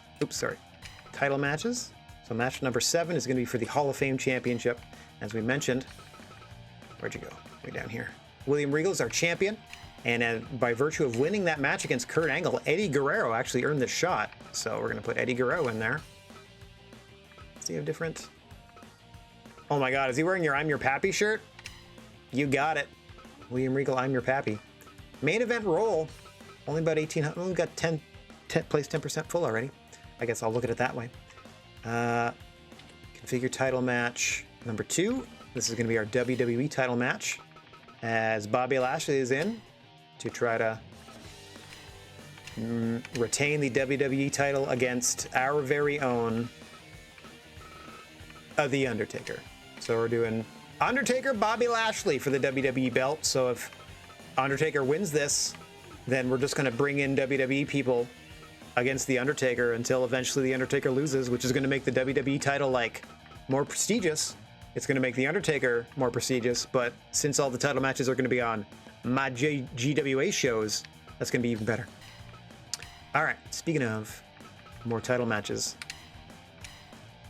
there we go. Daisuke Sekimoto and CM Punk are the Big Japan Tag Team Champions, but we're going to see if we can't put those belts on Angelo Dawkins and Montez Ford, the Street Profits.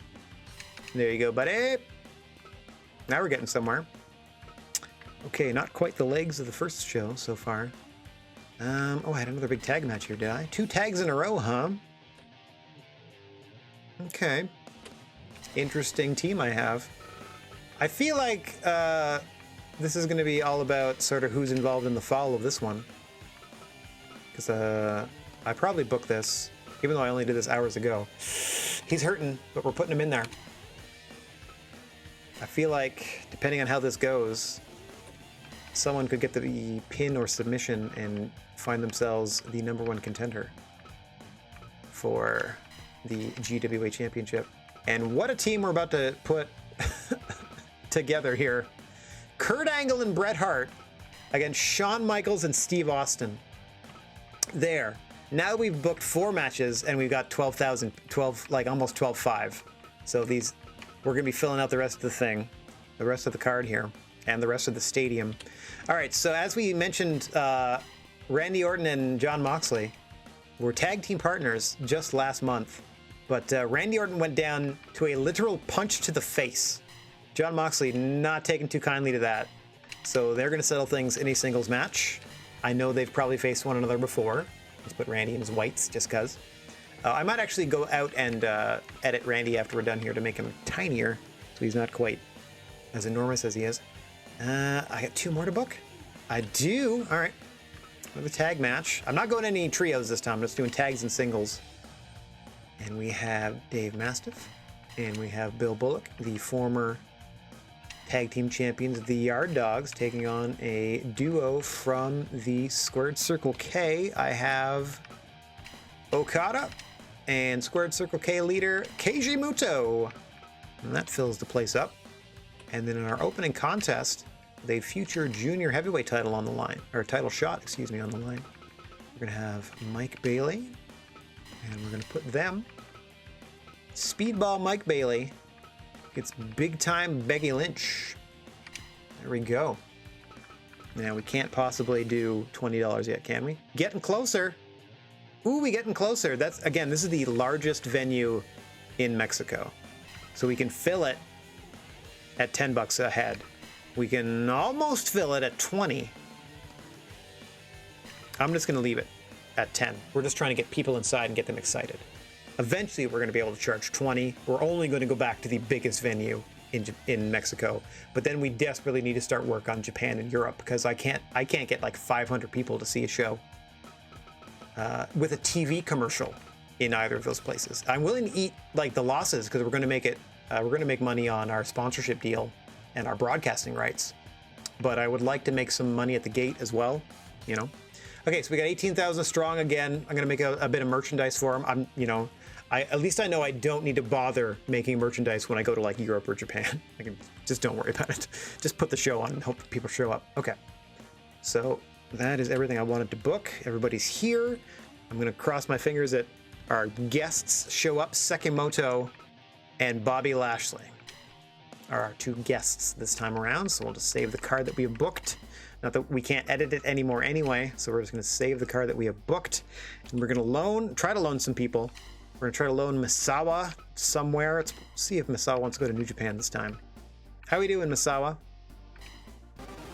Boom, Misawa to New Japan. I'm going to try to send Kenta Kobashi somewhere. Let me just back out here and save real quick. That was quicker to book than I thought, because I'd already sort of put it to paper and was just transferring it. Nobody got hurt, so I don't have to worry about that. I'd already booked it in such a way that left some of the people off of the card, assuming that they might get hurt. Like, I didn't really think Yohei would do too well, and I was right. All right, Kobashi. Still working on, what's the next big one? There we go. Let's send Kobashi to All Japan. How about that? There we go. Kobashi going to All Japan. And then we have, I wanted to send Hangman Adam Page somewhere. Maybe WWE. Loan WWE Adam Page. Didn't want him. Okay. No one else can have him. Let's loan. I still want to send somebody to WWE. How about Brody Lee? How about Brody Lee?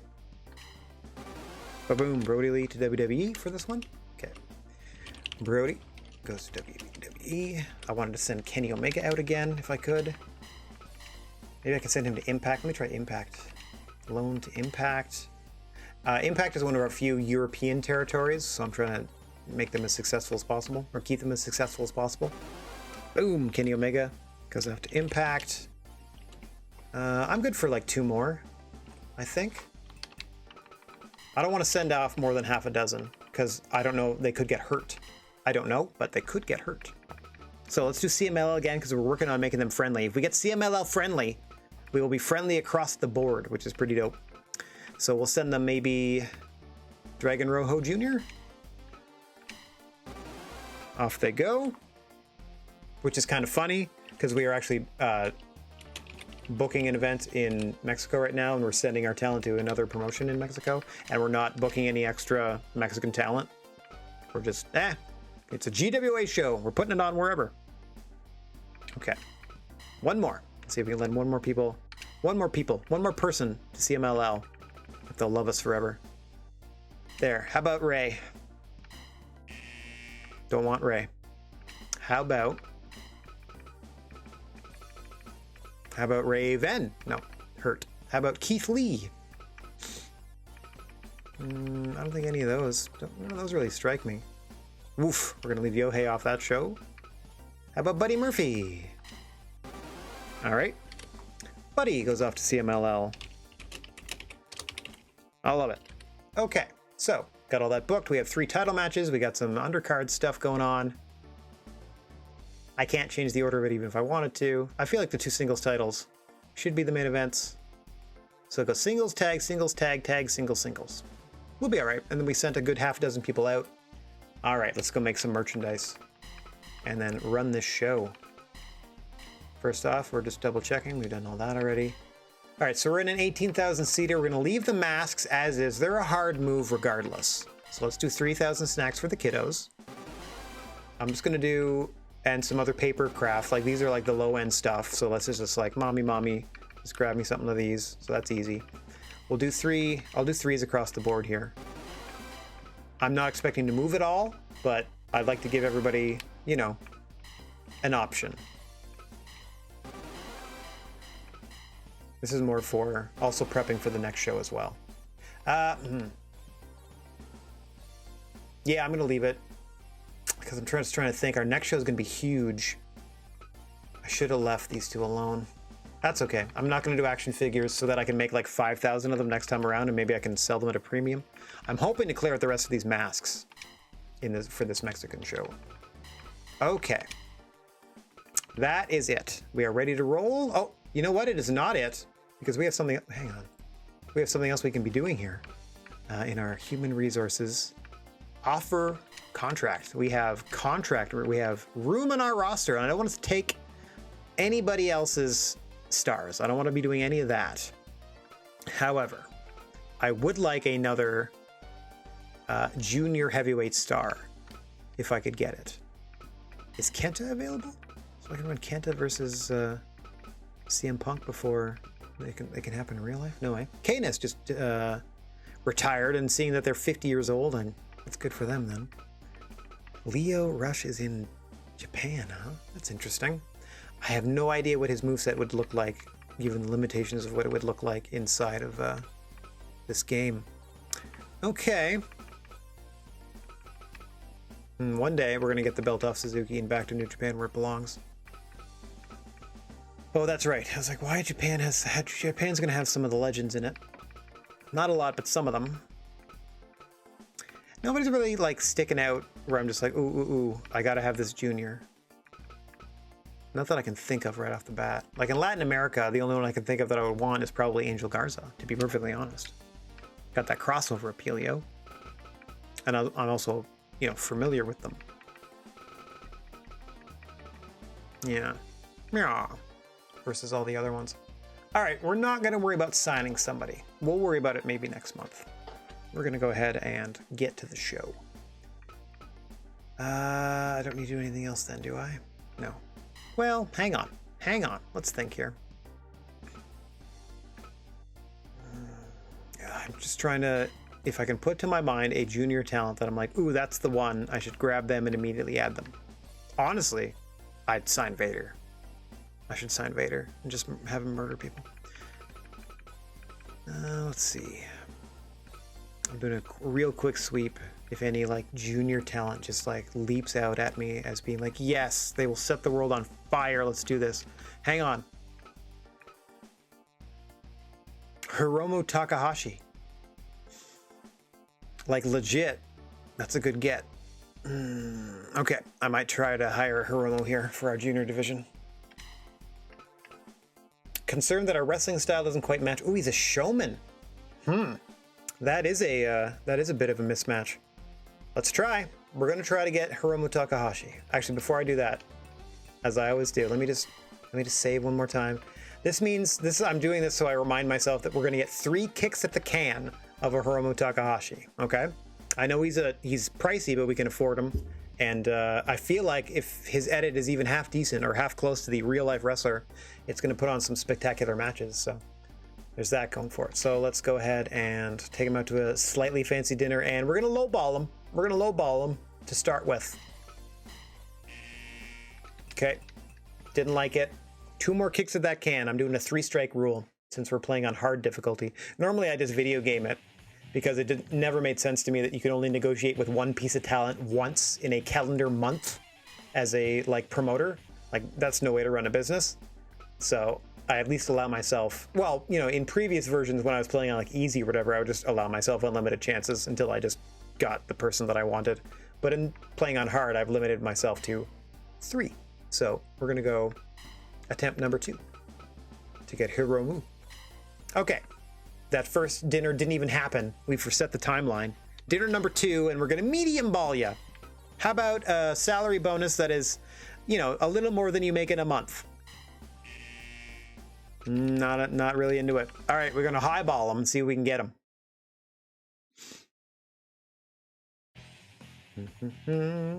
One last chance.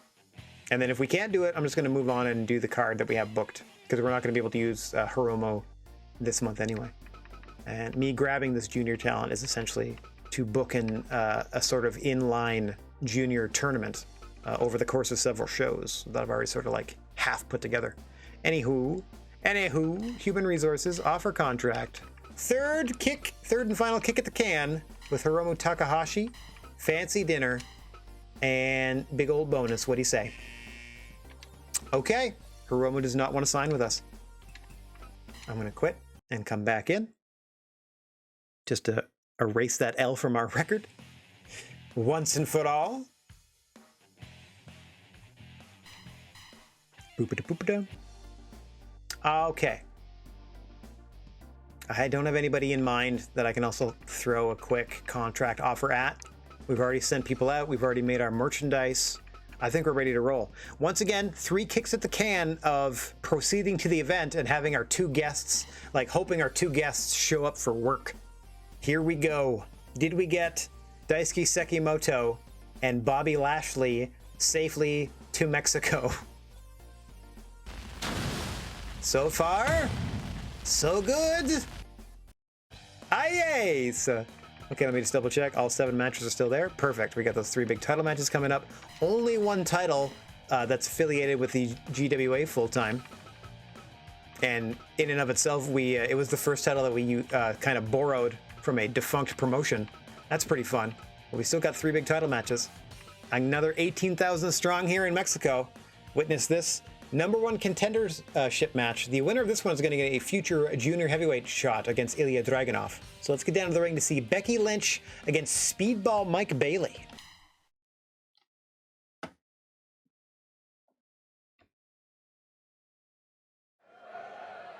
As always, senior official Mr. Bigfoot signaling for the whistle. And our opening contest is underway. Becky Lynch in the white, Speedball Mike Bailey in the black. Also noted for the distinct lack of boots is Speedball Mike Bailey. Helps him feel his kicks better. Those rapid fire kicks he uses.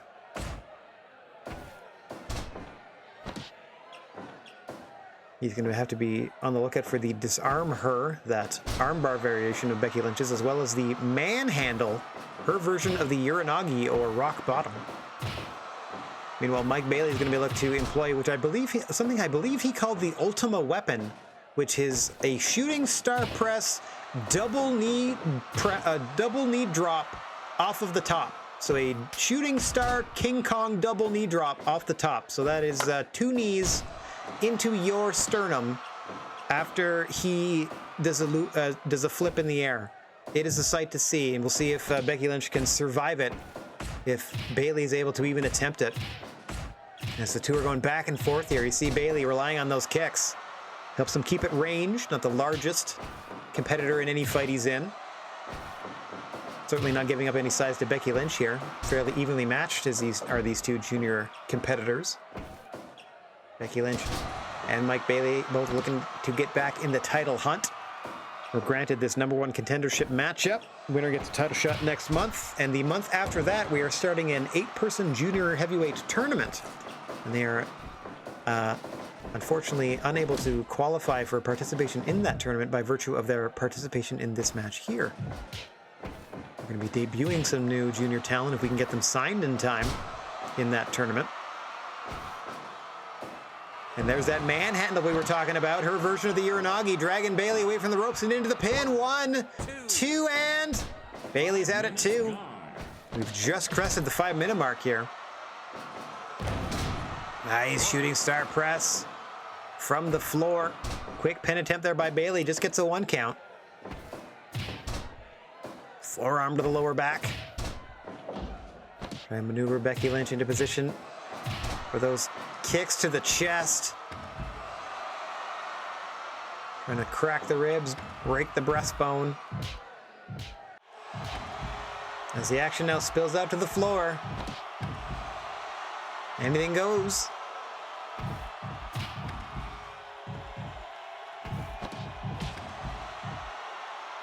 Nice drop kick there from Bailey. Becky Lynch with a big suplex on the floor there. Not a lot of padding, essentially just a gym mat. Acai DDT by Mike Bailey. Oh, I forgot to remove the One-Winged Angel from his moveset. See if I can substitute it for something else. Only room for one-winged angel in the GWA. Mind you, Kenny's not on the show. Big guillotine leg drop from the top rope by Becky Lynch. I believe that was her finisher on the Indies years and years ago. It's going to cause hip problems later if she keeps that up. Hang on, there it is! The shooting star press double knees to the back of Becky Lynch. But he rolls her too close to the ropes on the pin attempt and is forced to break. Becky Lynch immediately locks in to disarm her, trying to end this thing quickly. Her back has got to be smarting after that. Right back into it. Becky Lynch relentless now. Looking for the quick tap out. Bailey fights it off again.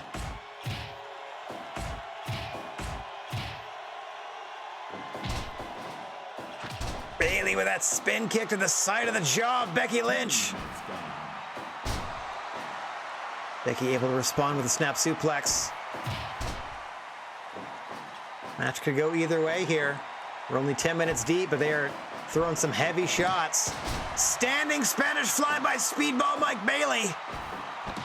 Into the Acai DDT.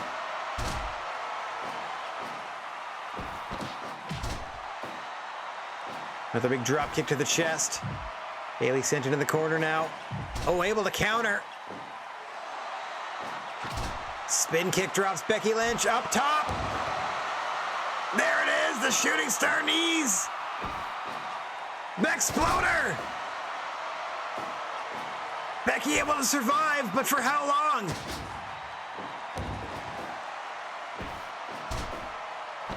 Becky like a house on fire since getting hit with that second double knee stomp from the top with the shooting star press. Ridiculous. He must have a shorter name for that, I'm sure. Looks nasty. Here he goes again. Blam! Right into the stomach. And the cover. 1, 2. Becky Lynch escapes. How much does Becky Lynch have left after 3 of those vicious double knee drops?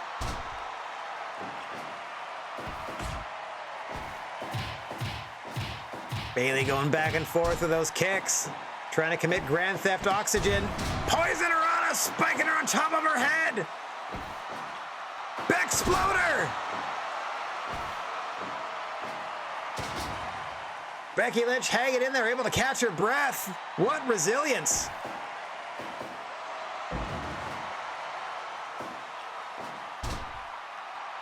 Becky's had a couple of title shots, but has never held the GWA Junior title. Mike Bailey, a former champion, looking at back at the top of the mountain and is able to pin Becky Lynch in this #1 contender match. Speedball, Mike Bailey taking the first step back to the top of the junior division mountain with a big old win against Becky Lynch. All right, let me just update my text file and then tab back over to see how the crowd enjoyed it. 97! Heck yeah. Love a good strong opening match. Okay, so now that... hang on. Bailey won? Yeah, so that does this. And then that goes here. So Becky Lynch is guaranteed a title shot at our big May card, which is another major event. 10 matches, but we're trying to put a ton of title matches on it too. Okay. This is me running through the month floor booking in front of you. That's the April show. And I'm already booking through July. All right. Badoink. Just wild. Wild stuff there. Excellently done. And we have some tag team action coming your way, as former tag champions, the Yard Dogs, Dave Mastiff and Bill Bullock, are going to take on 2 representatives of the Squared Circle K. That faction's leader, Keiji Muto, is going to be teaming up with Kazuchika Okada. Some action from our tag team division coming up right about now.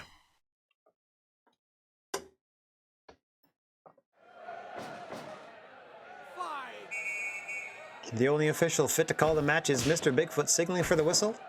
And this tag team contest is underway. Big Dave Mastiff in the red and black singlet in there with Kazuchika Okada in the gold shorts. Test of strength, center of the ring. Dave Mastiff getting the best of that. Another competitor that has taken copious advantage of the facilities provided by the GWA. Really whipped himself into great shape, did Mastiff, prior to he and Bullock fighting their way to the top of the tag team division for their title run. Yard Dogs looking to get back into title contention. Squared Circle K looking to get there for the first time.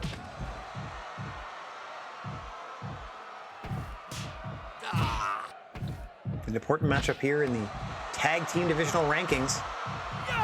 I mean, the theoretical tag team divisional rankings. It's all just sort of headcanon. As Mastiff now having to contend with both members of the Squared Circle K on his own. Now Bill Bullock finally making the trek across the ring. Try to bust Mastiff out of that short arm scissors from Keiji Muto. Also known as the Great Muta. His alter ego. His demonic alter ego. He of the handspring elbow and the poisoned mist. This is the straight-up Keiji Muto variety we're dealing with as the leader of the Squared Circle K, however. Known for the Shining Wizard, as you just saw on display on Dave Mastiff. Unfortunately for Muto, Mastiff not the legal fighter anymore. In comes the convict Bill Bullock, in possession of not only a devastating prison plex, a Phoenix suplex hold, but a master of perhaps the deadliest submission in the history of professional wrestling, years 1981 to 1983 inclusive. Both Okada and Muto must keep a watchful eye out for the dreaded stomach claw of Bill Bullock. A move he has used to defeat former GWA World Champion Mitsuhara Misawa, I may point out, currently on assignment for the GWA in New Japan Pro Wrestling. If I can at least get the champions to show up in my league and like get the belts on my dudes, it's easier for me to then transition them back to their proper companies than trying to book two at a time, freelancer and non-roster member, at least non-roster member for me. Smartly done. Mastiff does not want to give up back control to Okada. Assesses the situation and thinks better of it. In comes convict Bill Bullock once again against Keiji Muto. Oh, bicycle, nice flipping kick there. But unable to thwart the offense of Bullock. And there it is, the stomach claw! Dear God, he's going to die! Oh, thankfully Keiji Muto escapes. His life on the line. Slowing things down with a key lock. Perhaps trying to weaken the arm that applies that dreaded stomach claw. Nice back body drop. Flashing elbow for Muto. Still got it at 60 plus years of age. In the BCL. Kind of an Indian deathlock here. Not quite the BCL. Can't get the bridge anymore. Certainly can deathlock with the best of them. And no, I'm not talking about the Marvel character.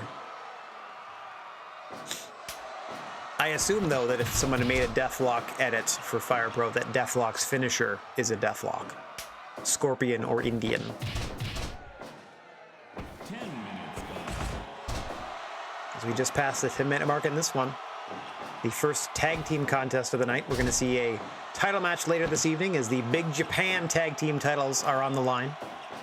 Daisuke Sekimoto's in from Big Japan, along with partner GWA's CM Punk, and they're putting the belts on the line against Angelo Dawkins and Montez Ford, the Street Profits, they themselves full-time GWA roster members.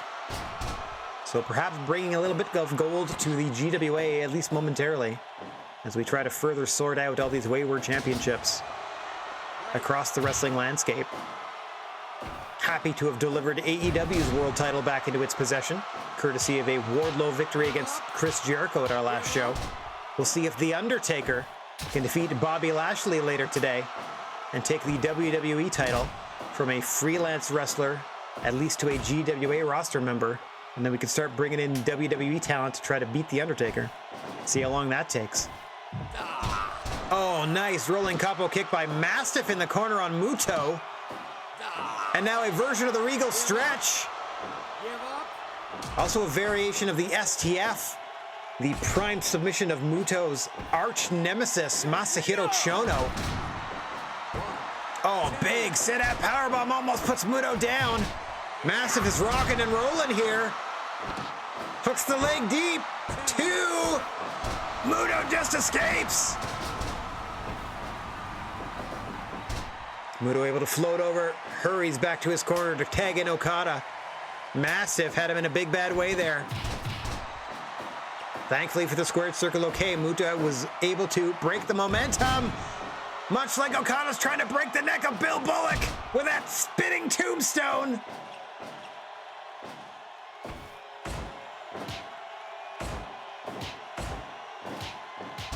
The first 15 minutes have solved nothing in this one. Rainmaker! Bill Bullock immediately back to his feet. A second Rainmaker! Okada flips him over, but Mastiff's going to get there in time. 2 Rainmakers in a row was a for sure 3 count. Dave Mastiff saving the matchup there.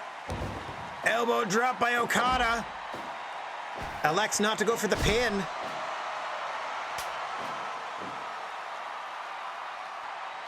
Both sides able to tag up. Dave Mastiff and Keiji Muto in there now. Buster by one half of the Yard Dogs. Big Dave Mastiff. And now the Rolling Hills, setting Muto up in the center of the ring. Dragon Screw by the Wily Vet. Quick tag back out to Okada. Nice Bulldog variation.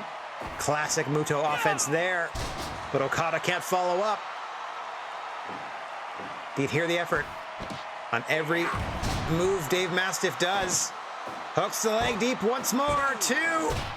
Oh, Okada able to escape. Muto actually aimed a kick at Mastiff. Ended up hitting Bullock. Still a benefit to the Squared Circle K, at least for that moment. Back into that crossing and FCF the Regal stretch. Muto's got to help here. Okada eventually fights his way free, but that was getting pretty deadly as we're cresting towards the 20-minute mark. Okada with back control a number of times. Doesn't attempt the Rainmaker once. Oh, Mastiff almost getting back to his corner. Rolling German. Oh, Mastiff fights free. That surely would have been a Rainmaker attempt. But at the 20-minute mark, we got freshmen in the match. Bill Bullock for the Yard Dogs and Keiji Muto, the leader of Squared Circle K, in there now. Low drop kick. Muto's going to be working toward the Shining Wizard, perhaps the figure 4, and if he's feeling frisky, that low angle moonsault off the top. High Dragon Screw once again to Bill Bullock. Oh, spikes him with a Fisherman Buster, but Muto rolls through. This one might go the distance once again. Center of the ring, though. Smartly done by Bullock.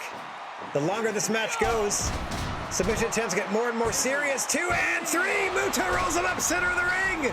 Surprising Bullock at the 22-minute mark even. Keiji Muto out wrestling the younger convict. Big win for the Squared Circle K. Okay. So what we did there.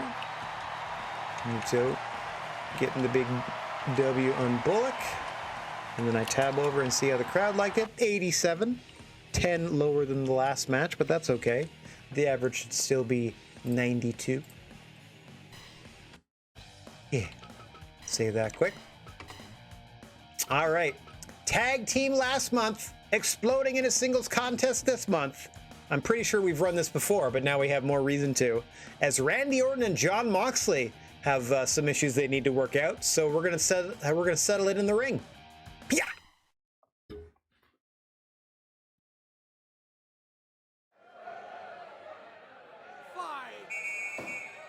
Mr. Bigfoot calling for the whistle, and we are underway. Give up.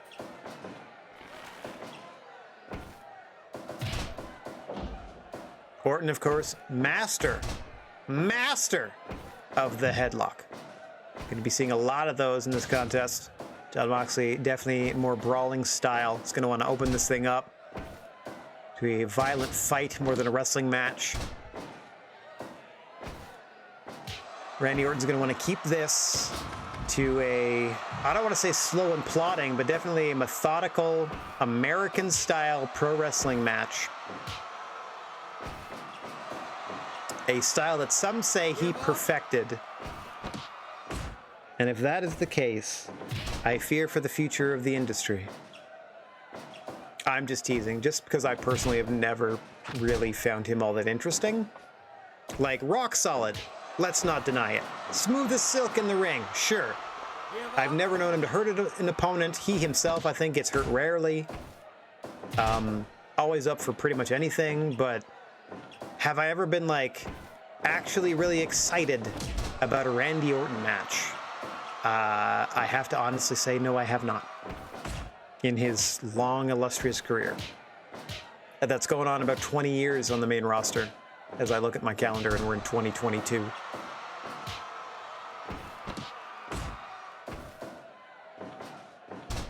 Oh, we're able to avoid that suplex. Now, of course, Jon Moxley is going to look to hook that double underhook, sheer drop DDT, the paradigm shift. Well, Randy Orton has oodles and oodles of ways that he can hit that RKO cutter maneuver virtually out of nowhere. 5 minutes gone. And most of his counters, as you can tell, involve a head or front face lock by the apex predator, Randy Orton. That's what they call him, the Viper. Because you know how Vipers, they constrict you like a boa? They don't just like, you know, bite you and flee. Or just keep biting you until you're dead. Big boss man slam by Moxley. They call it the Scrap Buster in these games. It's also a fun title for it. There it is, big paradigm shift by Moxley to Orton, but Orton's able to get to his feet first. Sends Moxley to the floor with a suplex and follows it up. Orton looking to turn the tide here on the floor. No countouts, no DQs. Both men quite at home out here. Free access to weapons. Fight continues this way until both men re-enter the ring, where only a 3-count or tap out will settle it. I mean, you can get DQ'd in the ring, but it's a rather generous 5-count from the official. We've never seen it in 6+ years of GWA competition. Not unless we accidentally screwed the rules up. Both men going back and forth now on the floor here. Not a lot of padding. Concrete floor with gym mats over top, and Jiminy Christmas. Paradigm shift to Randy Orton. Jon Moxley tagging up out of habit. Breaking a theoretical count. Was the wild thing, Jon Moxley. And there's that RKO out of nowhere by Orton. Into the cover. 1, 2, 3. Just like that. Recovers from the paradigm shift on the floor and catches Jon Moxley napping. With that RKO, Randy Orton strikes. That was all right. Wow, 92, I'll take it. 92 for a under 10-minute match. I will take it, don't get me wrong. But personally, that didn't really do anything, in my opinion. They brawled on the floor for a bit. And then Randy Orton negated all the brawling on the floor by being like, nah, RKO, victory. Okay. Save that real quick. Everybody's still here. As we have more tag team action. Okay, 2 more tags, 2 more singles. Awesome. As we have Bret Hart teaming up with Kurt Angle to face Shawn Michaels and Stone Cold Steve Austin. Why is this match happening? Did you listen to the names I just said? Bret Hart and Kurt Angle are going to team up to face Shawn Michaels and Steve Austin. Why wouldn't you want to see that happen? Hiya! My logic for this match is that depending on how things work out, one of the 3 that aren't Austin might very well be the #1 contender for our May show. And if Austin happens to pick up the pinfall victory here, maybe I'll just let him choose, or leave it up to a random number generator or something to pick from amongst the faces in the company. Or he could do like a total heel thing where I could put him up against, you know, someone that you wouldn't expect to win. No offense, like a Ray Phoenix. I don't anticipate beating Stone Cold Steve Austin, or a Flamita at this point. We'll see. Nice power slam there by HBK. Quick tag into Austin. Bret decides to freshen things up on his side as well, and it's Kurt Angle, Steve Austin. Bald on bald crime here. A couple of thumb heads going at it.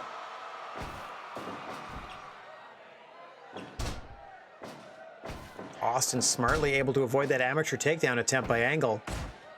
You do not want to get caught in a ground game with the Olympic gold medalist Kurt Angle. You will come up with the short end of that stick every time. Test of strength solves nothing between these two.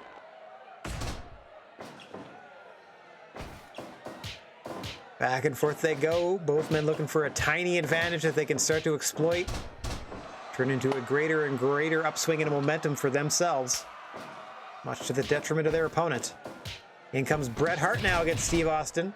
The classic rivalry renewed here. Test of strength fake out by Stone Cold there. Just trying to anger the Hitman. who goes into a quick mocking pin attempt there after a punch. Kind of poking fun at the move that Steve Austin used to defeat Randy Orton last month. As we are but 5 minutes into this matchup. Stunner into the rock bottom. Rock bottom between Austin and HBK there. Interesting double team. It's not even like a two-man power trip double team. I don't remember the Rock and Austin teaming that much.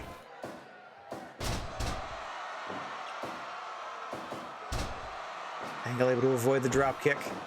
These two had a classic at WrestleMania. Michaels and Angle had a classic at WrestleMania. Austin and Bret had a classic at WrestleMania. Michaels and Austin also had a decent match at Mania that Michaels somehow made it through despite his back being completely borked. Had to take 4 years off. The first in what turned out to be a series of long-term unretirements for that company. Looking at Daniel Bryan and Edge.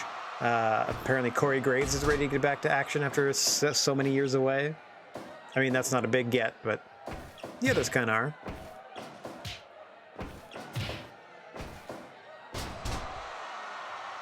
Even Ricky Steamboat coming back for that Mania match that he was involved with Jericho, and then getting that singles match with him at Backlash was a nice surprise.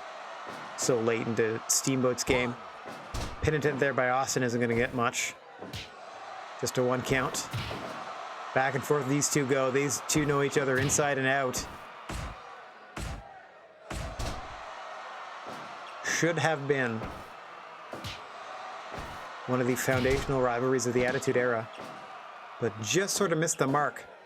But you cannot say that Bret Hart was not instrumental in Austin's rise to the top of the card. Huge heart attack with Bret and Angle. Hitting Austin with it and ignoring the fact that Shawn Michaels had been tagged in. As we now pass the 10-minute mark. Angle sent to the floor. Austin pursues Michaels, excuse me. Trying to head Bret Hart off at the pass. A couple singles matches have broken down here. It will continue until Angle returns to the ring here. There you go, rolls back in. Things should settle down and quickly. Back into a more controlled tag team setting. Nice belly to belly from Angle into the cover. Wrong part of town unless Austin just stays on the apron. Big clothesline there by the Olympic champion. Into the Angle slam. To the Heartbreak Kid, hooks the leg deep. 1, 2. Michaels out of 2. Austin taking his time. Another big Angle slam. 1, 2. Michaels out again. Angle might be thinking a third. Nope. Michaels cuts him off for some punches in the corner. Quick tag out to the Rattlesnake. Austin missing with that chair. He rarely hits with that. Now talking trash to the Olympic gold medalist Kurt Angle. Tags out to the Hitman.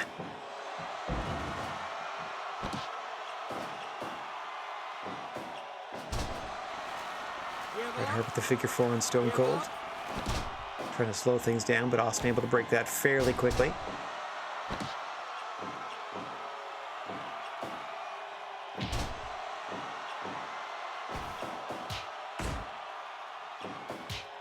Two men content to slug it out here. Back and forth they go. Few hit harder than Stone Cold, much to the chagrin of the Hitman. Hang on. Bret Hart working his way back with more technical strikes here. Nice clothesline. And then Austin cuts him off with a low blow. A little kick to the ding-dong. Tags on both sides here. Michaels and Angle now legal.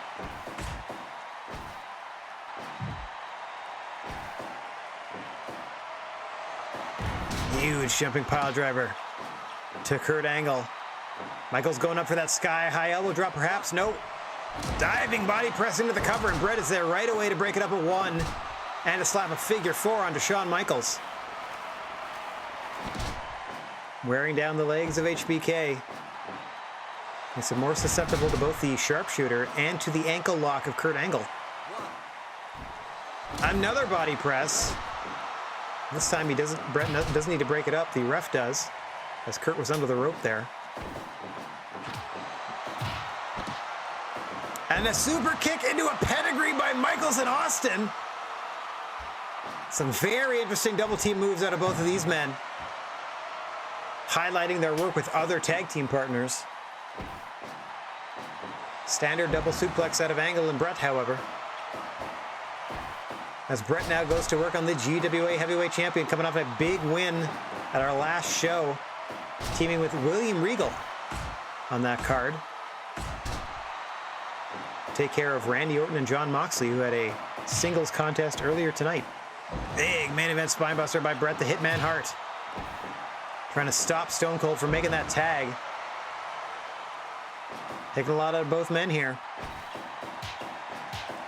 Austin fighting back off the ropes. Big Austin press, and he's wailing away.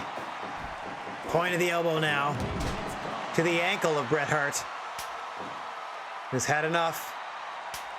Both men tagging out once again. Kurt Angle and old HBK Legal. And now they trade off into those two singles contests, one inside the ring, one out. Austin and Angle on the floor. Hart and Michaels in the ring. Angle slammed to Austin on the floor. I just saw that out of the corner of my eye. Big elbow drop by Bret there. Inside the ring. Austin trying to fight his way back into this contest. Stomping away at Angle. Michaels spiked by DDT. Michaels and Angle still legal. Oh my gosh, throwing German. Michaels sent to the floor and Angle celebrates. Like he wanted to isolate Austin, but he's not taking advantage, is Kurt. Big suplex to Michaels on the floor. And then a spinebuster by Bret. Meanwhile, Austin having his way with Kurt Angle in the ring. Just a clubber in from the Rattlesnake.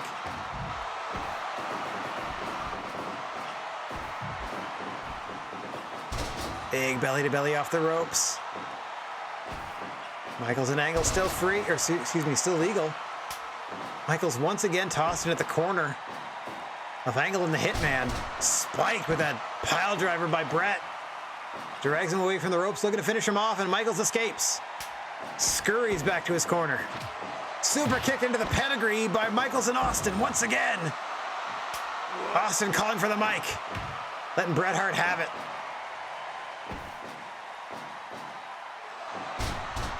Bret replies with a pile driver of his own. 25 minutes plus here in this one. Every submission attempt should be super serious. An almost instant victory. As we see the Austin Crab, but he's too close to the ropes. Big headbutt by Bret. Telling Austin to bring it on. Oh, and Austin does. Sending Bret to the floor once again. Calls for the mic. Planning to say has Stone Cold Steve Austin as we are approaching the 30-minute mark in this tag match. The hard-working GWA World Champion, Stone Cold Steve Austin, putting in another marathon performance here.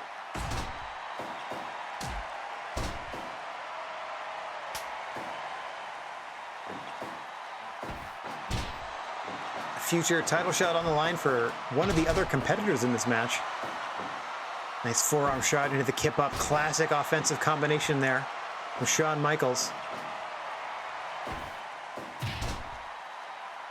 Going up top for that sky high elbow drop.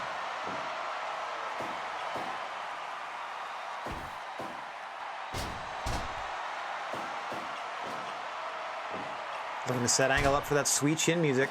Meanwhile, Angle looking for that angle slam or the ankle lock. A shoulder tackle sends him down. There it is. Center of the ring by Kurt. Bret running D. Able to stop Austin. Oh, and he locks it in. Center of the ring, and that will do it. Kurt Angle tapping out Shawn Michaels. Perhaps earning himself a world title shot in the process is Kurt Angle.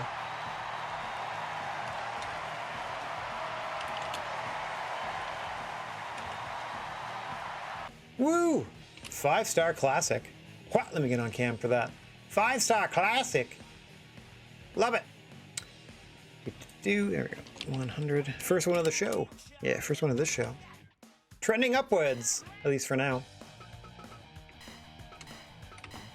All right, 3 more matches to go, all of them with titles on the line. First up, the Big Japan Tag Team Champions Daisuke Sekimoto and CM Punk are going to be putting those Big Japan Tag titles on the line against Angelo Dawkins and Montez Ford, GWA's Street Profits. Hiya! Down to the ring for this one. Mr. Bigfoot ready to call for the whistle. In our first of 3 championship contests here.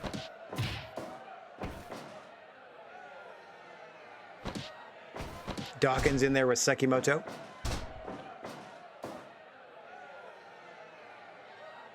It was only a few months ago that CM Punk went on a 1-month excursion to Big Japan Pro Wrestling and somehow managed to win the tag belts, so we've been trying our best here to get them back where they belong. We do not want too many wayward champions in our wrestling universe, and especially not in GWA itself. Trying to keep things squeaky clean, trying to be friends with everybody, trying to play it straight this time around. Normally we steal everybody's belts and run all the promotions out of business, but trying to create a healthy and productive wrestling universe in this iteration of the GWA. Hang on. Ooh. Could have been a devastating dragon suplex there from Sekimoto, but Dawkins able to counter it. Montez Ford tagged in. Quickly hits a frog splash, which gets the attention of CM Punk. Got a couple of pin attempts now. Have been way too close to the ropes.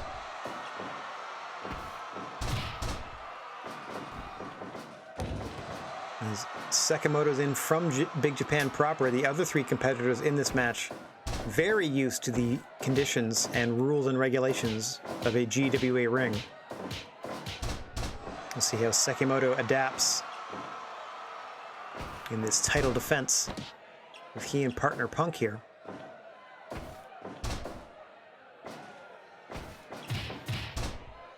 Punk working the midsection of Ford. 2 big singles contests following this. First up, we have the WWE title on the line. Bobby Lashley is here to face The Undertaker for the WWE Championship. And then in our main event, William Regal will be putting the Hall of Fame Championship on the line against Eddie Guerrero. So stay tuned for those 2 big title fights, wrapping up our broadcasting for the day. At the conclusion of this big tag team title match, of course, as now Dawkins and Ford trying to double team Punk on the floor. Sekimoto doesn't quite know what to make of things, or perhaps maybe looking for a sign from Punk to approach, and there it is.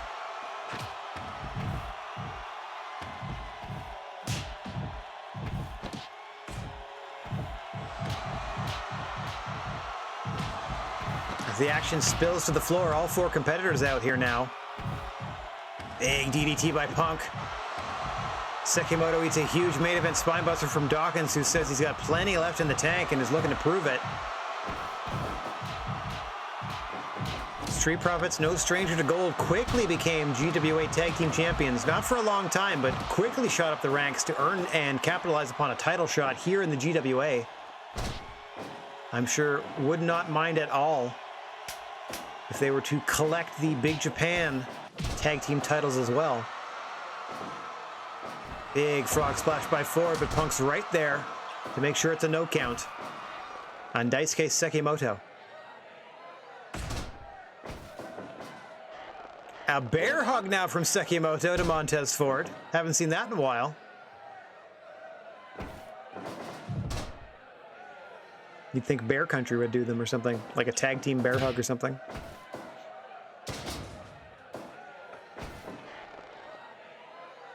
I wonder if the Natural Disasters ever did that as like a tag team finish.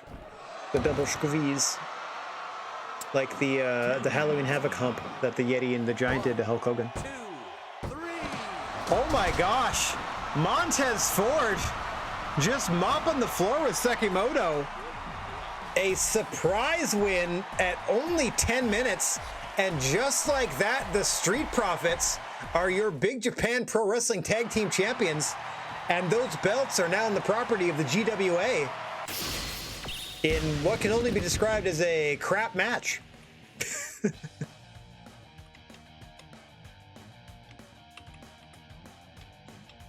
Okay, then.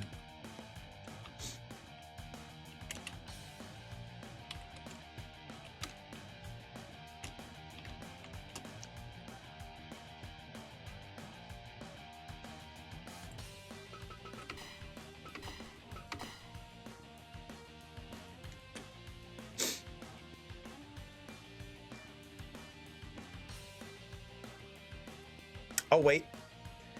I'm currently recording, but according to my statistics here, I am not broadcasting because I have zero internet. No internet to speak of. None whatsoever. That is what I'm being told. I have no internets whatsoever. So I will wait patiently for that to come back.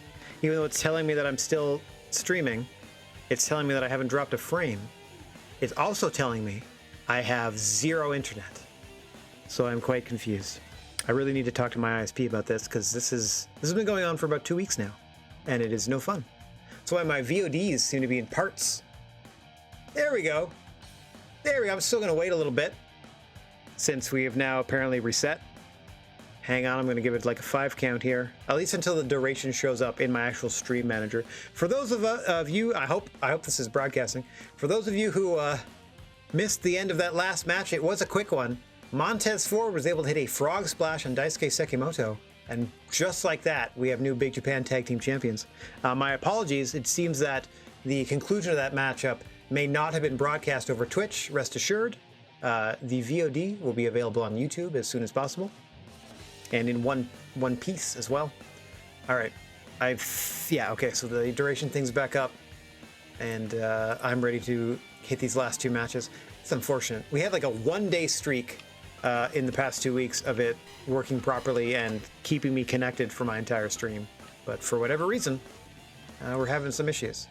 All right. No issues in these next 2 title matches. I mean, perhaps an issue for Bobby Lashley, a freelance wrestler currently in possession of the WWE Championship. They are about to put that belt on the line against GWA contracted talent, The Undertaker. Much like in our last matchup, our attempt here is to bring the belt to our promotion so we can eventually get it back to its rightful owner. It was successful in the first attempt as the Street Profits are the new Big Japan Tag Champions, just like we wanted. We'll see if The Undertaker can wrestle the WWE Championship away from Bobby Lashley in this, your semi-main event. Hiya!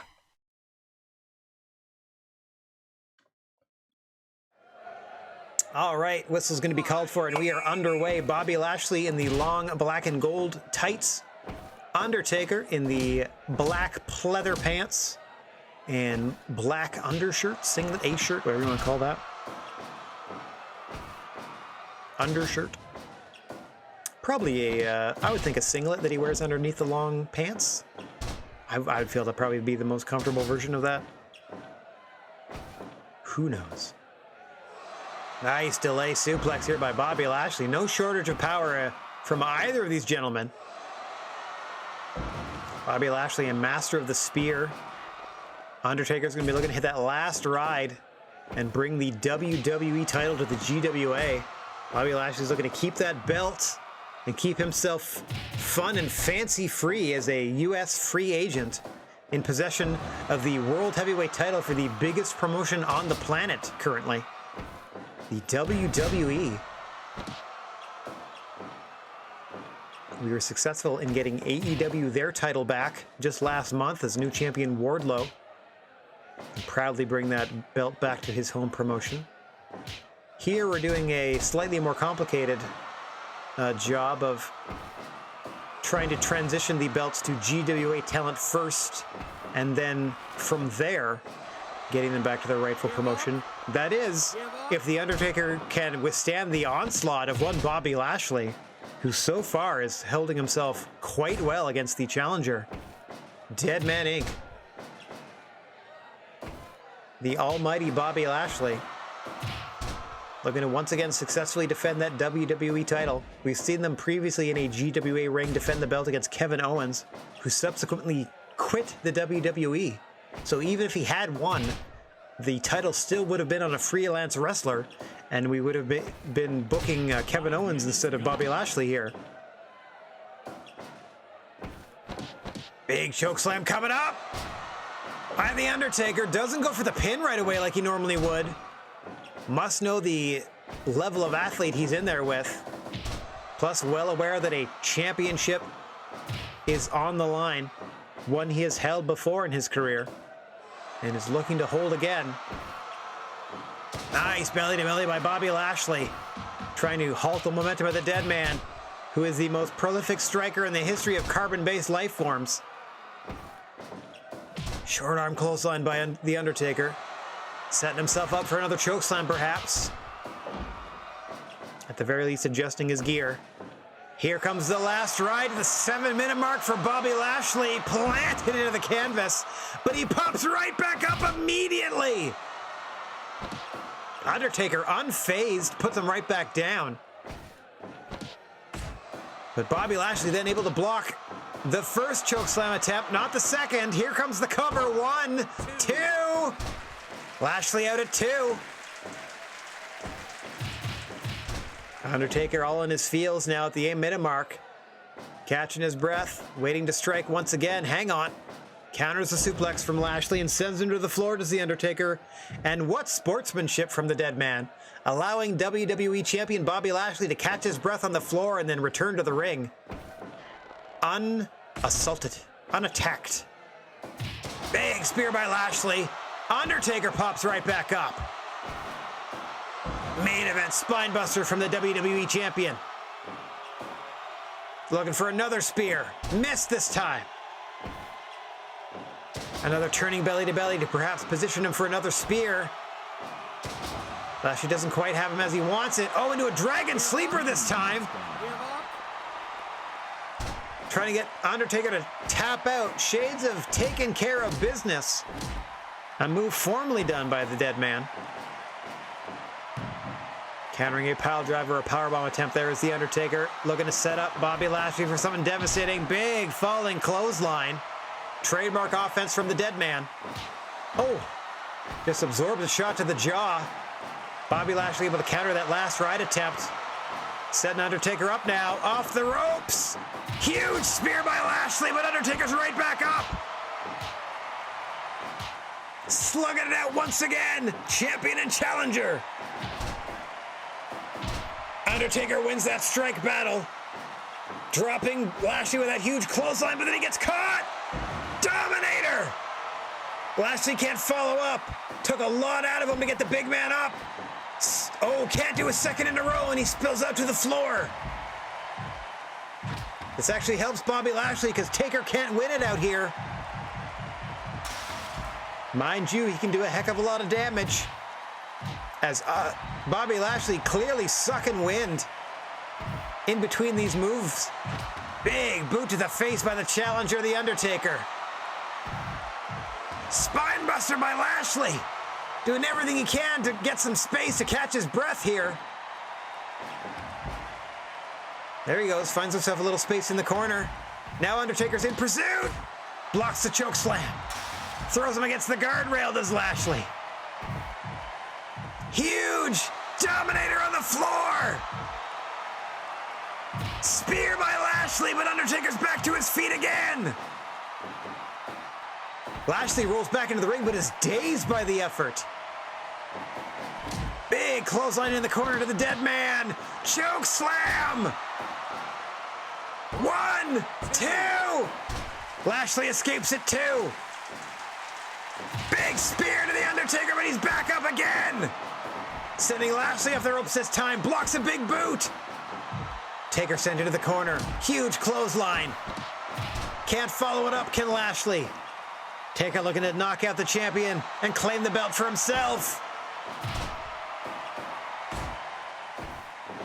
Sends him off the ropes. Both men down.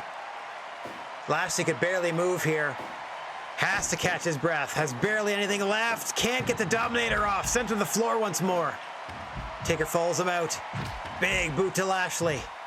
Taker measuring his man. Lashley able to fight him off for the moment. But then he's dropped with a huge one-arm choke slam by The Undertaker, who knows he can't win the match out there. Big boot from the dead man sent into the guardrail as Lashley returns to the ring. Only momentarily. Another huge choke slam by The Undertaker. Catching his breath as he stands over the fallen body of Bobby Lashley. But now you can see Lashley trying to work that arm to prevent that from happening again. Huge delayed suplex by the WWE champ here. Impressive display of balance and power from Lashley on the Taker, who's got a chair now, drops it immediately as Lashley confronts him. And right back out they go. As we're headed toward 20 minutes in this championship contest. WWE title on the line. Champion Lashley suplexing challenger The Undertaker. Hits a big spear on the floor, and for the first time, The Undertaker doesn't pop right back up after a spear. 20 minutes gone. As we've just passed the 20-minute mark. Both men slugging it out. Huge clothesline from your challenger. Taker looking to finish off the champion.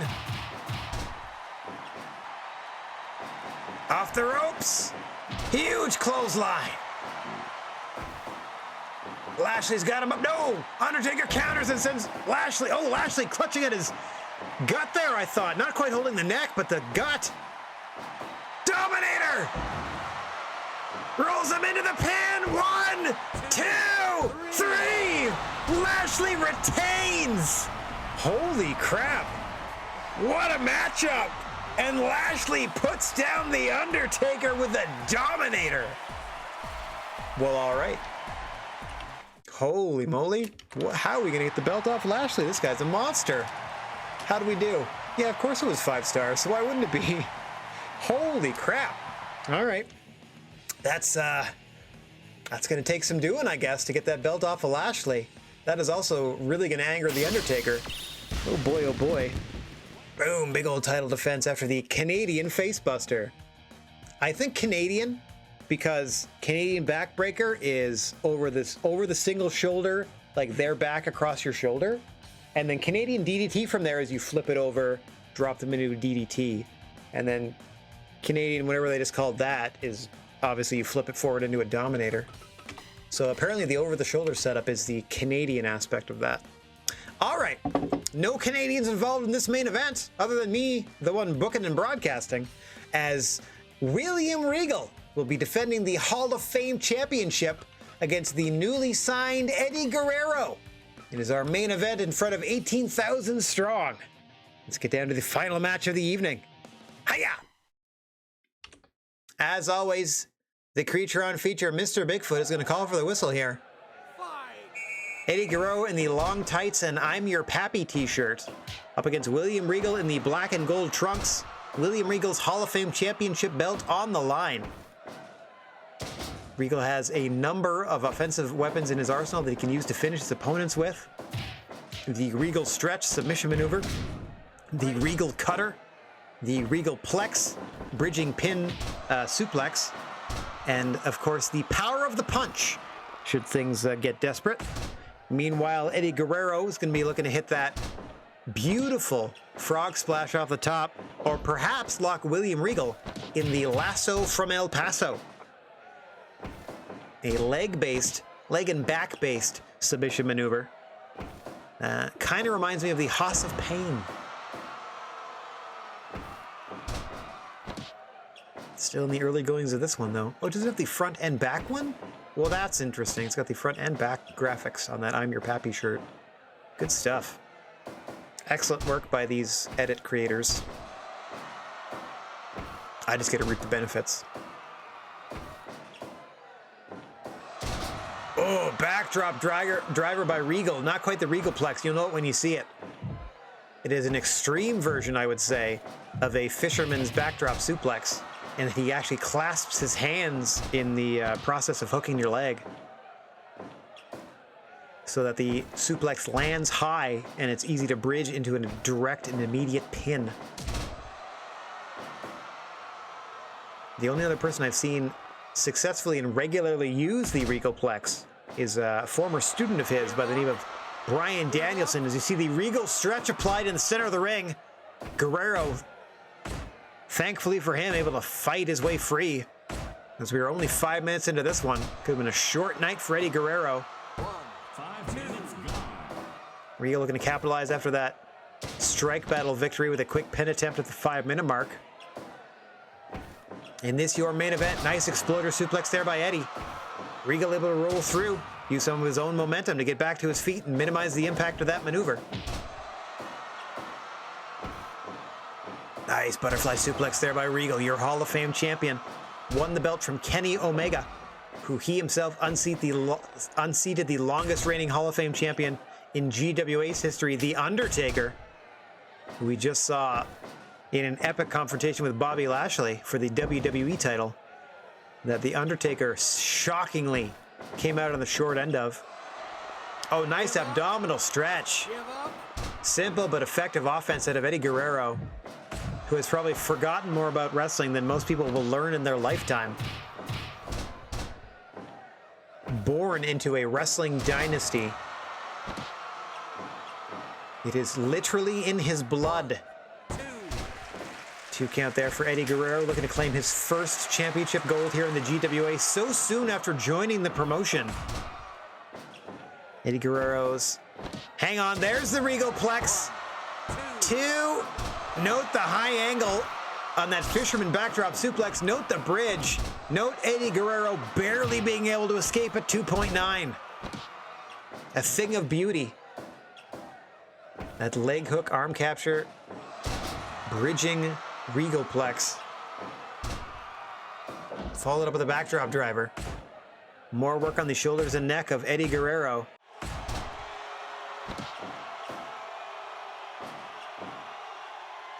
Regal loves to dictate the pace of his matches. Loves to grind his opponents down. 10 minutes gone. As we pass the 10-minute mark in this, your main event with the GWA Hall of Fame Championship on the line. Champion William Regal in there with challenger Eddie Guerrero, and Eddie now with the gory bomb to William Regal and into the cover. 1, 2. Regal escapes it 2. The match continues. Nice head scissor takeover by Eddie, who goes up top. Frog splash by Guerrero. 1, 2. No! Regal just rolls the shoulder and the match continues. Exploder to Guerrero by Regal. Looking to finish him off quick. Goes for back control, looking for another Regalplex. Can't hit it. Tiger bomb. Able to execute that beautifully. The double underhook power bomb from Regal. Has to catch his breath there. Goes for a second, but Eddie counters. Eddie's got him center of the ring now. Nope, Regal fights his way free with a European uppercut. Tries to position him for the Regal stretch, but Eddie Guerrero back to his feet. Trading exploders back and forth. Regal hooks the leg and pushes Eddie away from the ropes. Eddie still escapes it 2. Beautiful positioning there from your Hall of Fame champion. Hang on! Frog splash by Guerrero. 1, 2. No! Regal escapes again. Big clothesline in the corner to Guerrero. Powerbomb counter by Regal, but he's too close. Bulldog counter by Guerrero. Eddie pouring it on here. Oh, backdrop driver by Regal. Putting him right back in the driver's seat. But for how long? Another counter by Eddie. Eddie getting closer and closer with every frog splash. Next one's gotta do it. Eddie taking his time. Picking his spot. Wants to do this the right way. Oh, Regal definitely avoids that low drop kick, not the second one. Trading European uppercuts back and forth. See who comes out on top. It's Regal. Back to them once more, rolls them over. Every time he turns him over, I think he's going to go Regal stretch. Looking for maybe the Regalplex center of the ring. Nothing doing. Nice suplex released by Eddie. Thought he may have been thinking Three Amigos. Snaps off a head scissor. Beautiful exploder. Off the ropes comes Eddie. Stomps him. Just stomps him off the ropes.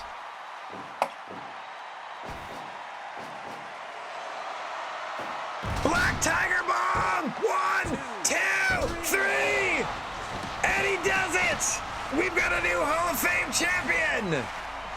The Black Tiger Bomb from Eddie Guerrero, digging deep into the arsenal for the win and the title. How'd we do? 96! Love it. What do they call it? Crucifix Jumping Bomb? Black Tiger Bomb, yo. Black Tiger Bomb. I knows it when I sees it. Got ourselves a new champ. All right, 2 to 3 titles changed. That's not bad. Boom! New champion. Eddie Guerrero becomes the 11th Hall of Fame champion in his first reign. Beating William. Hang on one second as I update my text file. Defeating William Regal, your new champion. Eddie Guerrero. Love it. Okay. And that will do it for the oh, hang on. That will do it for my show. I do need to check in on what everybody else did. Hang on one second. I also have to make sure that, yeah. Okay. Oh, that's right. Okay. Yeah. I was just looking at how I have things booked. Depending on how this went. Got it. Okay. Sorry, I'm also booking ahead for next show. There, I got most of that done. Okay, I did have that I needed a WWE title match on the next show, and good thing that I do, so I'm going to try to bring Bobby Lashley right back in. Okay, I got that, and do a Legend Junior belt or title match, which means Jushin Liger is going to be on the show here. I'm just double checking all of my champions to make sure that they're the same people. Ilya Dragunov is still the junior champion. They're facing... I'm sorry, did I get that wrong? Yeah, I did get that wrong. They're facing Mike Bailey, not Becky Lynch. Okay, Bailey Dragunov again. That's next month. Before we do any of that, though, I need to check on our guests who we have sent out else to various places. First, let's wrap up this event. Eddie has won the Hall of Fame Championship. And we have new Big Japan Tag Team Champions. Now we can start bringing in 2 Big Japan people at a time. And I also can say that Dawkins and Ford are the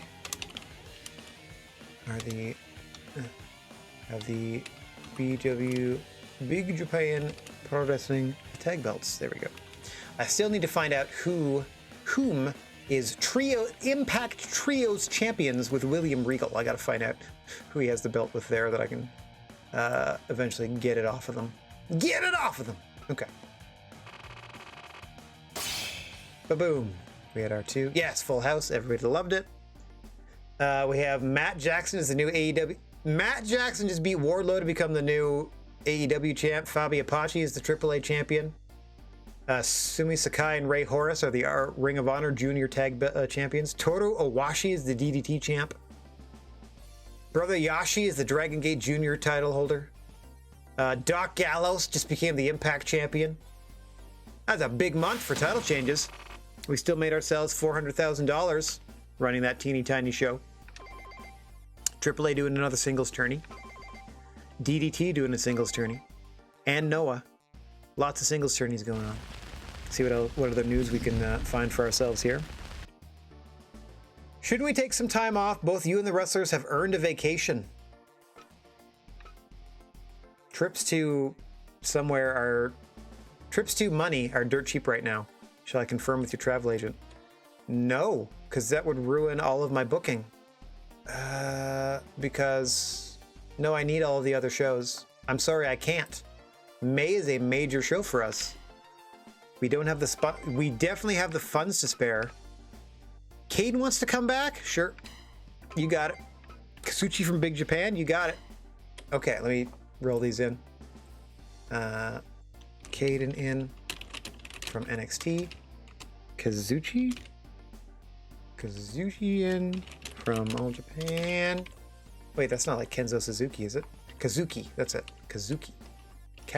There we go. In from All Japan. I might just put them against each other.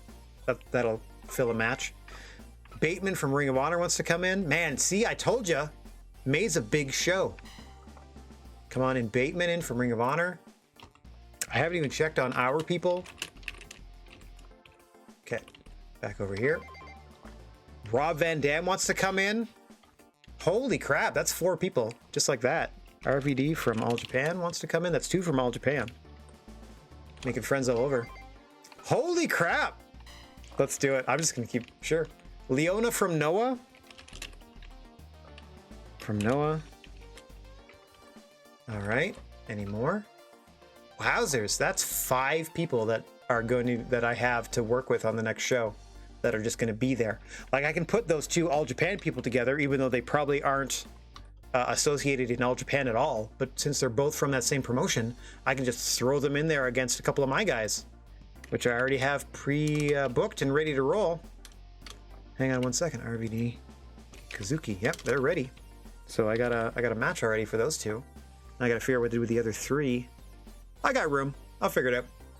Okay, so that's all the stuff we can do. That's all the stuff we are doing just to get the event done. Now let's do our training center maintenance. We'll check out how much merchandise we sold. We'll take a peek at who wants a raise. And then we're going to check to see what the other promotions did with the talent that I lent them. And then we're going to wrap it up for today. Boom! Do all that maintenance. And as I said, we're going to do one of these under $200,000 ones. We'll do the other one next time. Let's check our merchandise. Yes! We sold it all. That's exactly what I wanted to see. We blew it all out. I wasn't expecting to be honest. That's why I did like 3, 3, 3, and 3. Didn't do any action figures. Did some of these. Got rid of the other 200 of those. We did a little bit of this, a little bit of this. And then like most of these, right? Like we didn't do any action figures. Or maybe we did like a 3,000 run. Either way, we did low numbers and sold everything. So May now, I already have pre-booked. It's one of our biggest shows of the year. So all of these guests showing up is great. I had other things planned in terms of like titles being on the line that I'm going to adjust slightly, but it's still going to maybe involve, it's definitely going to involve our talent, and I might spread some title love out to some of the guest talent. We shall see. Before I do any of that, I need to do this. Check who wants a raise, because I bet you it's going to be like 6 or 8 people, because last month it was only the 1. So I feel like a lot of them are going to be cashing in now. We just did another successful show. Eddie is proving a little difficult so far. Not a ton, but a little bit. See, they're at a Trust C, crazy popularity everywhere. Tiny raise. There we go, tiny raise. And we just do this one at a time. Personal advice, trust. Montez Ford wants some more money. New champ wants to pay bump. What you making? Peanuts. Now you can make slightly more peanuts. Honey roasted peanuts. Personal advice. What about your partner? Nope. Randy Orton wants more money. No problem. Try to do this to nip all of their salary concerns in the bud before they become an issue. Yeah. Randy Orton barely making anything. Crazy. Order records and help over and over again. Personal, trust. Hino wants more money. Gonna see you in action on the next show, Hino. Probably putting those tag belts on the line. Where you at? There you are. Hino, one half of our tag team champions. Getting a bit of a bump. Everybody's making at least $2,000 a month. Personal advice, trust. Raven wants more money. Sure. Where you at? Leader of the Doldrums wants some cashola. Where you go, buddy? I gotta find some way to do another. He has the same opportunity everybody else has in the trios tournaments, but I gotta find a way to do maybe an inline singles tournament. I know I'm gonna be doing one for the juniors soon, but I might do one for the heavies soon too. Maybe next year if I can work it over the summer, each summer, do a little bit here and there. Okay, personal advice, trust. Just to try to give Raven more opportunities to perhaps get title shots somewhere. Just because, I don't know. faction leaders, I feel like, should get a little bit of a boop. A little bit of a boost, I mean. El Tejano. There you go. A little bit of a pay raise for you. A lot of them this time around.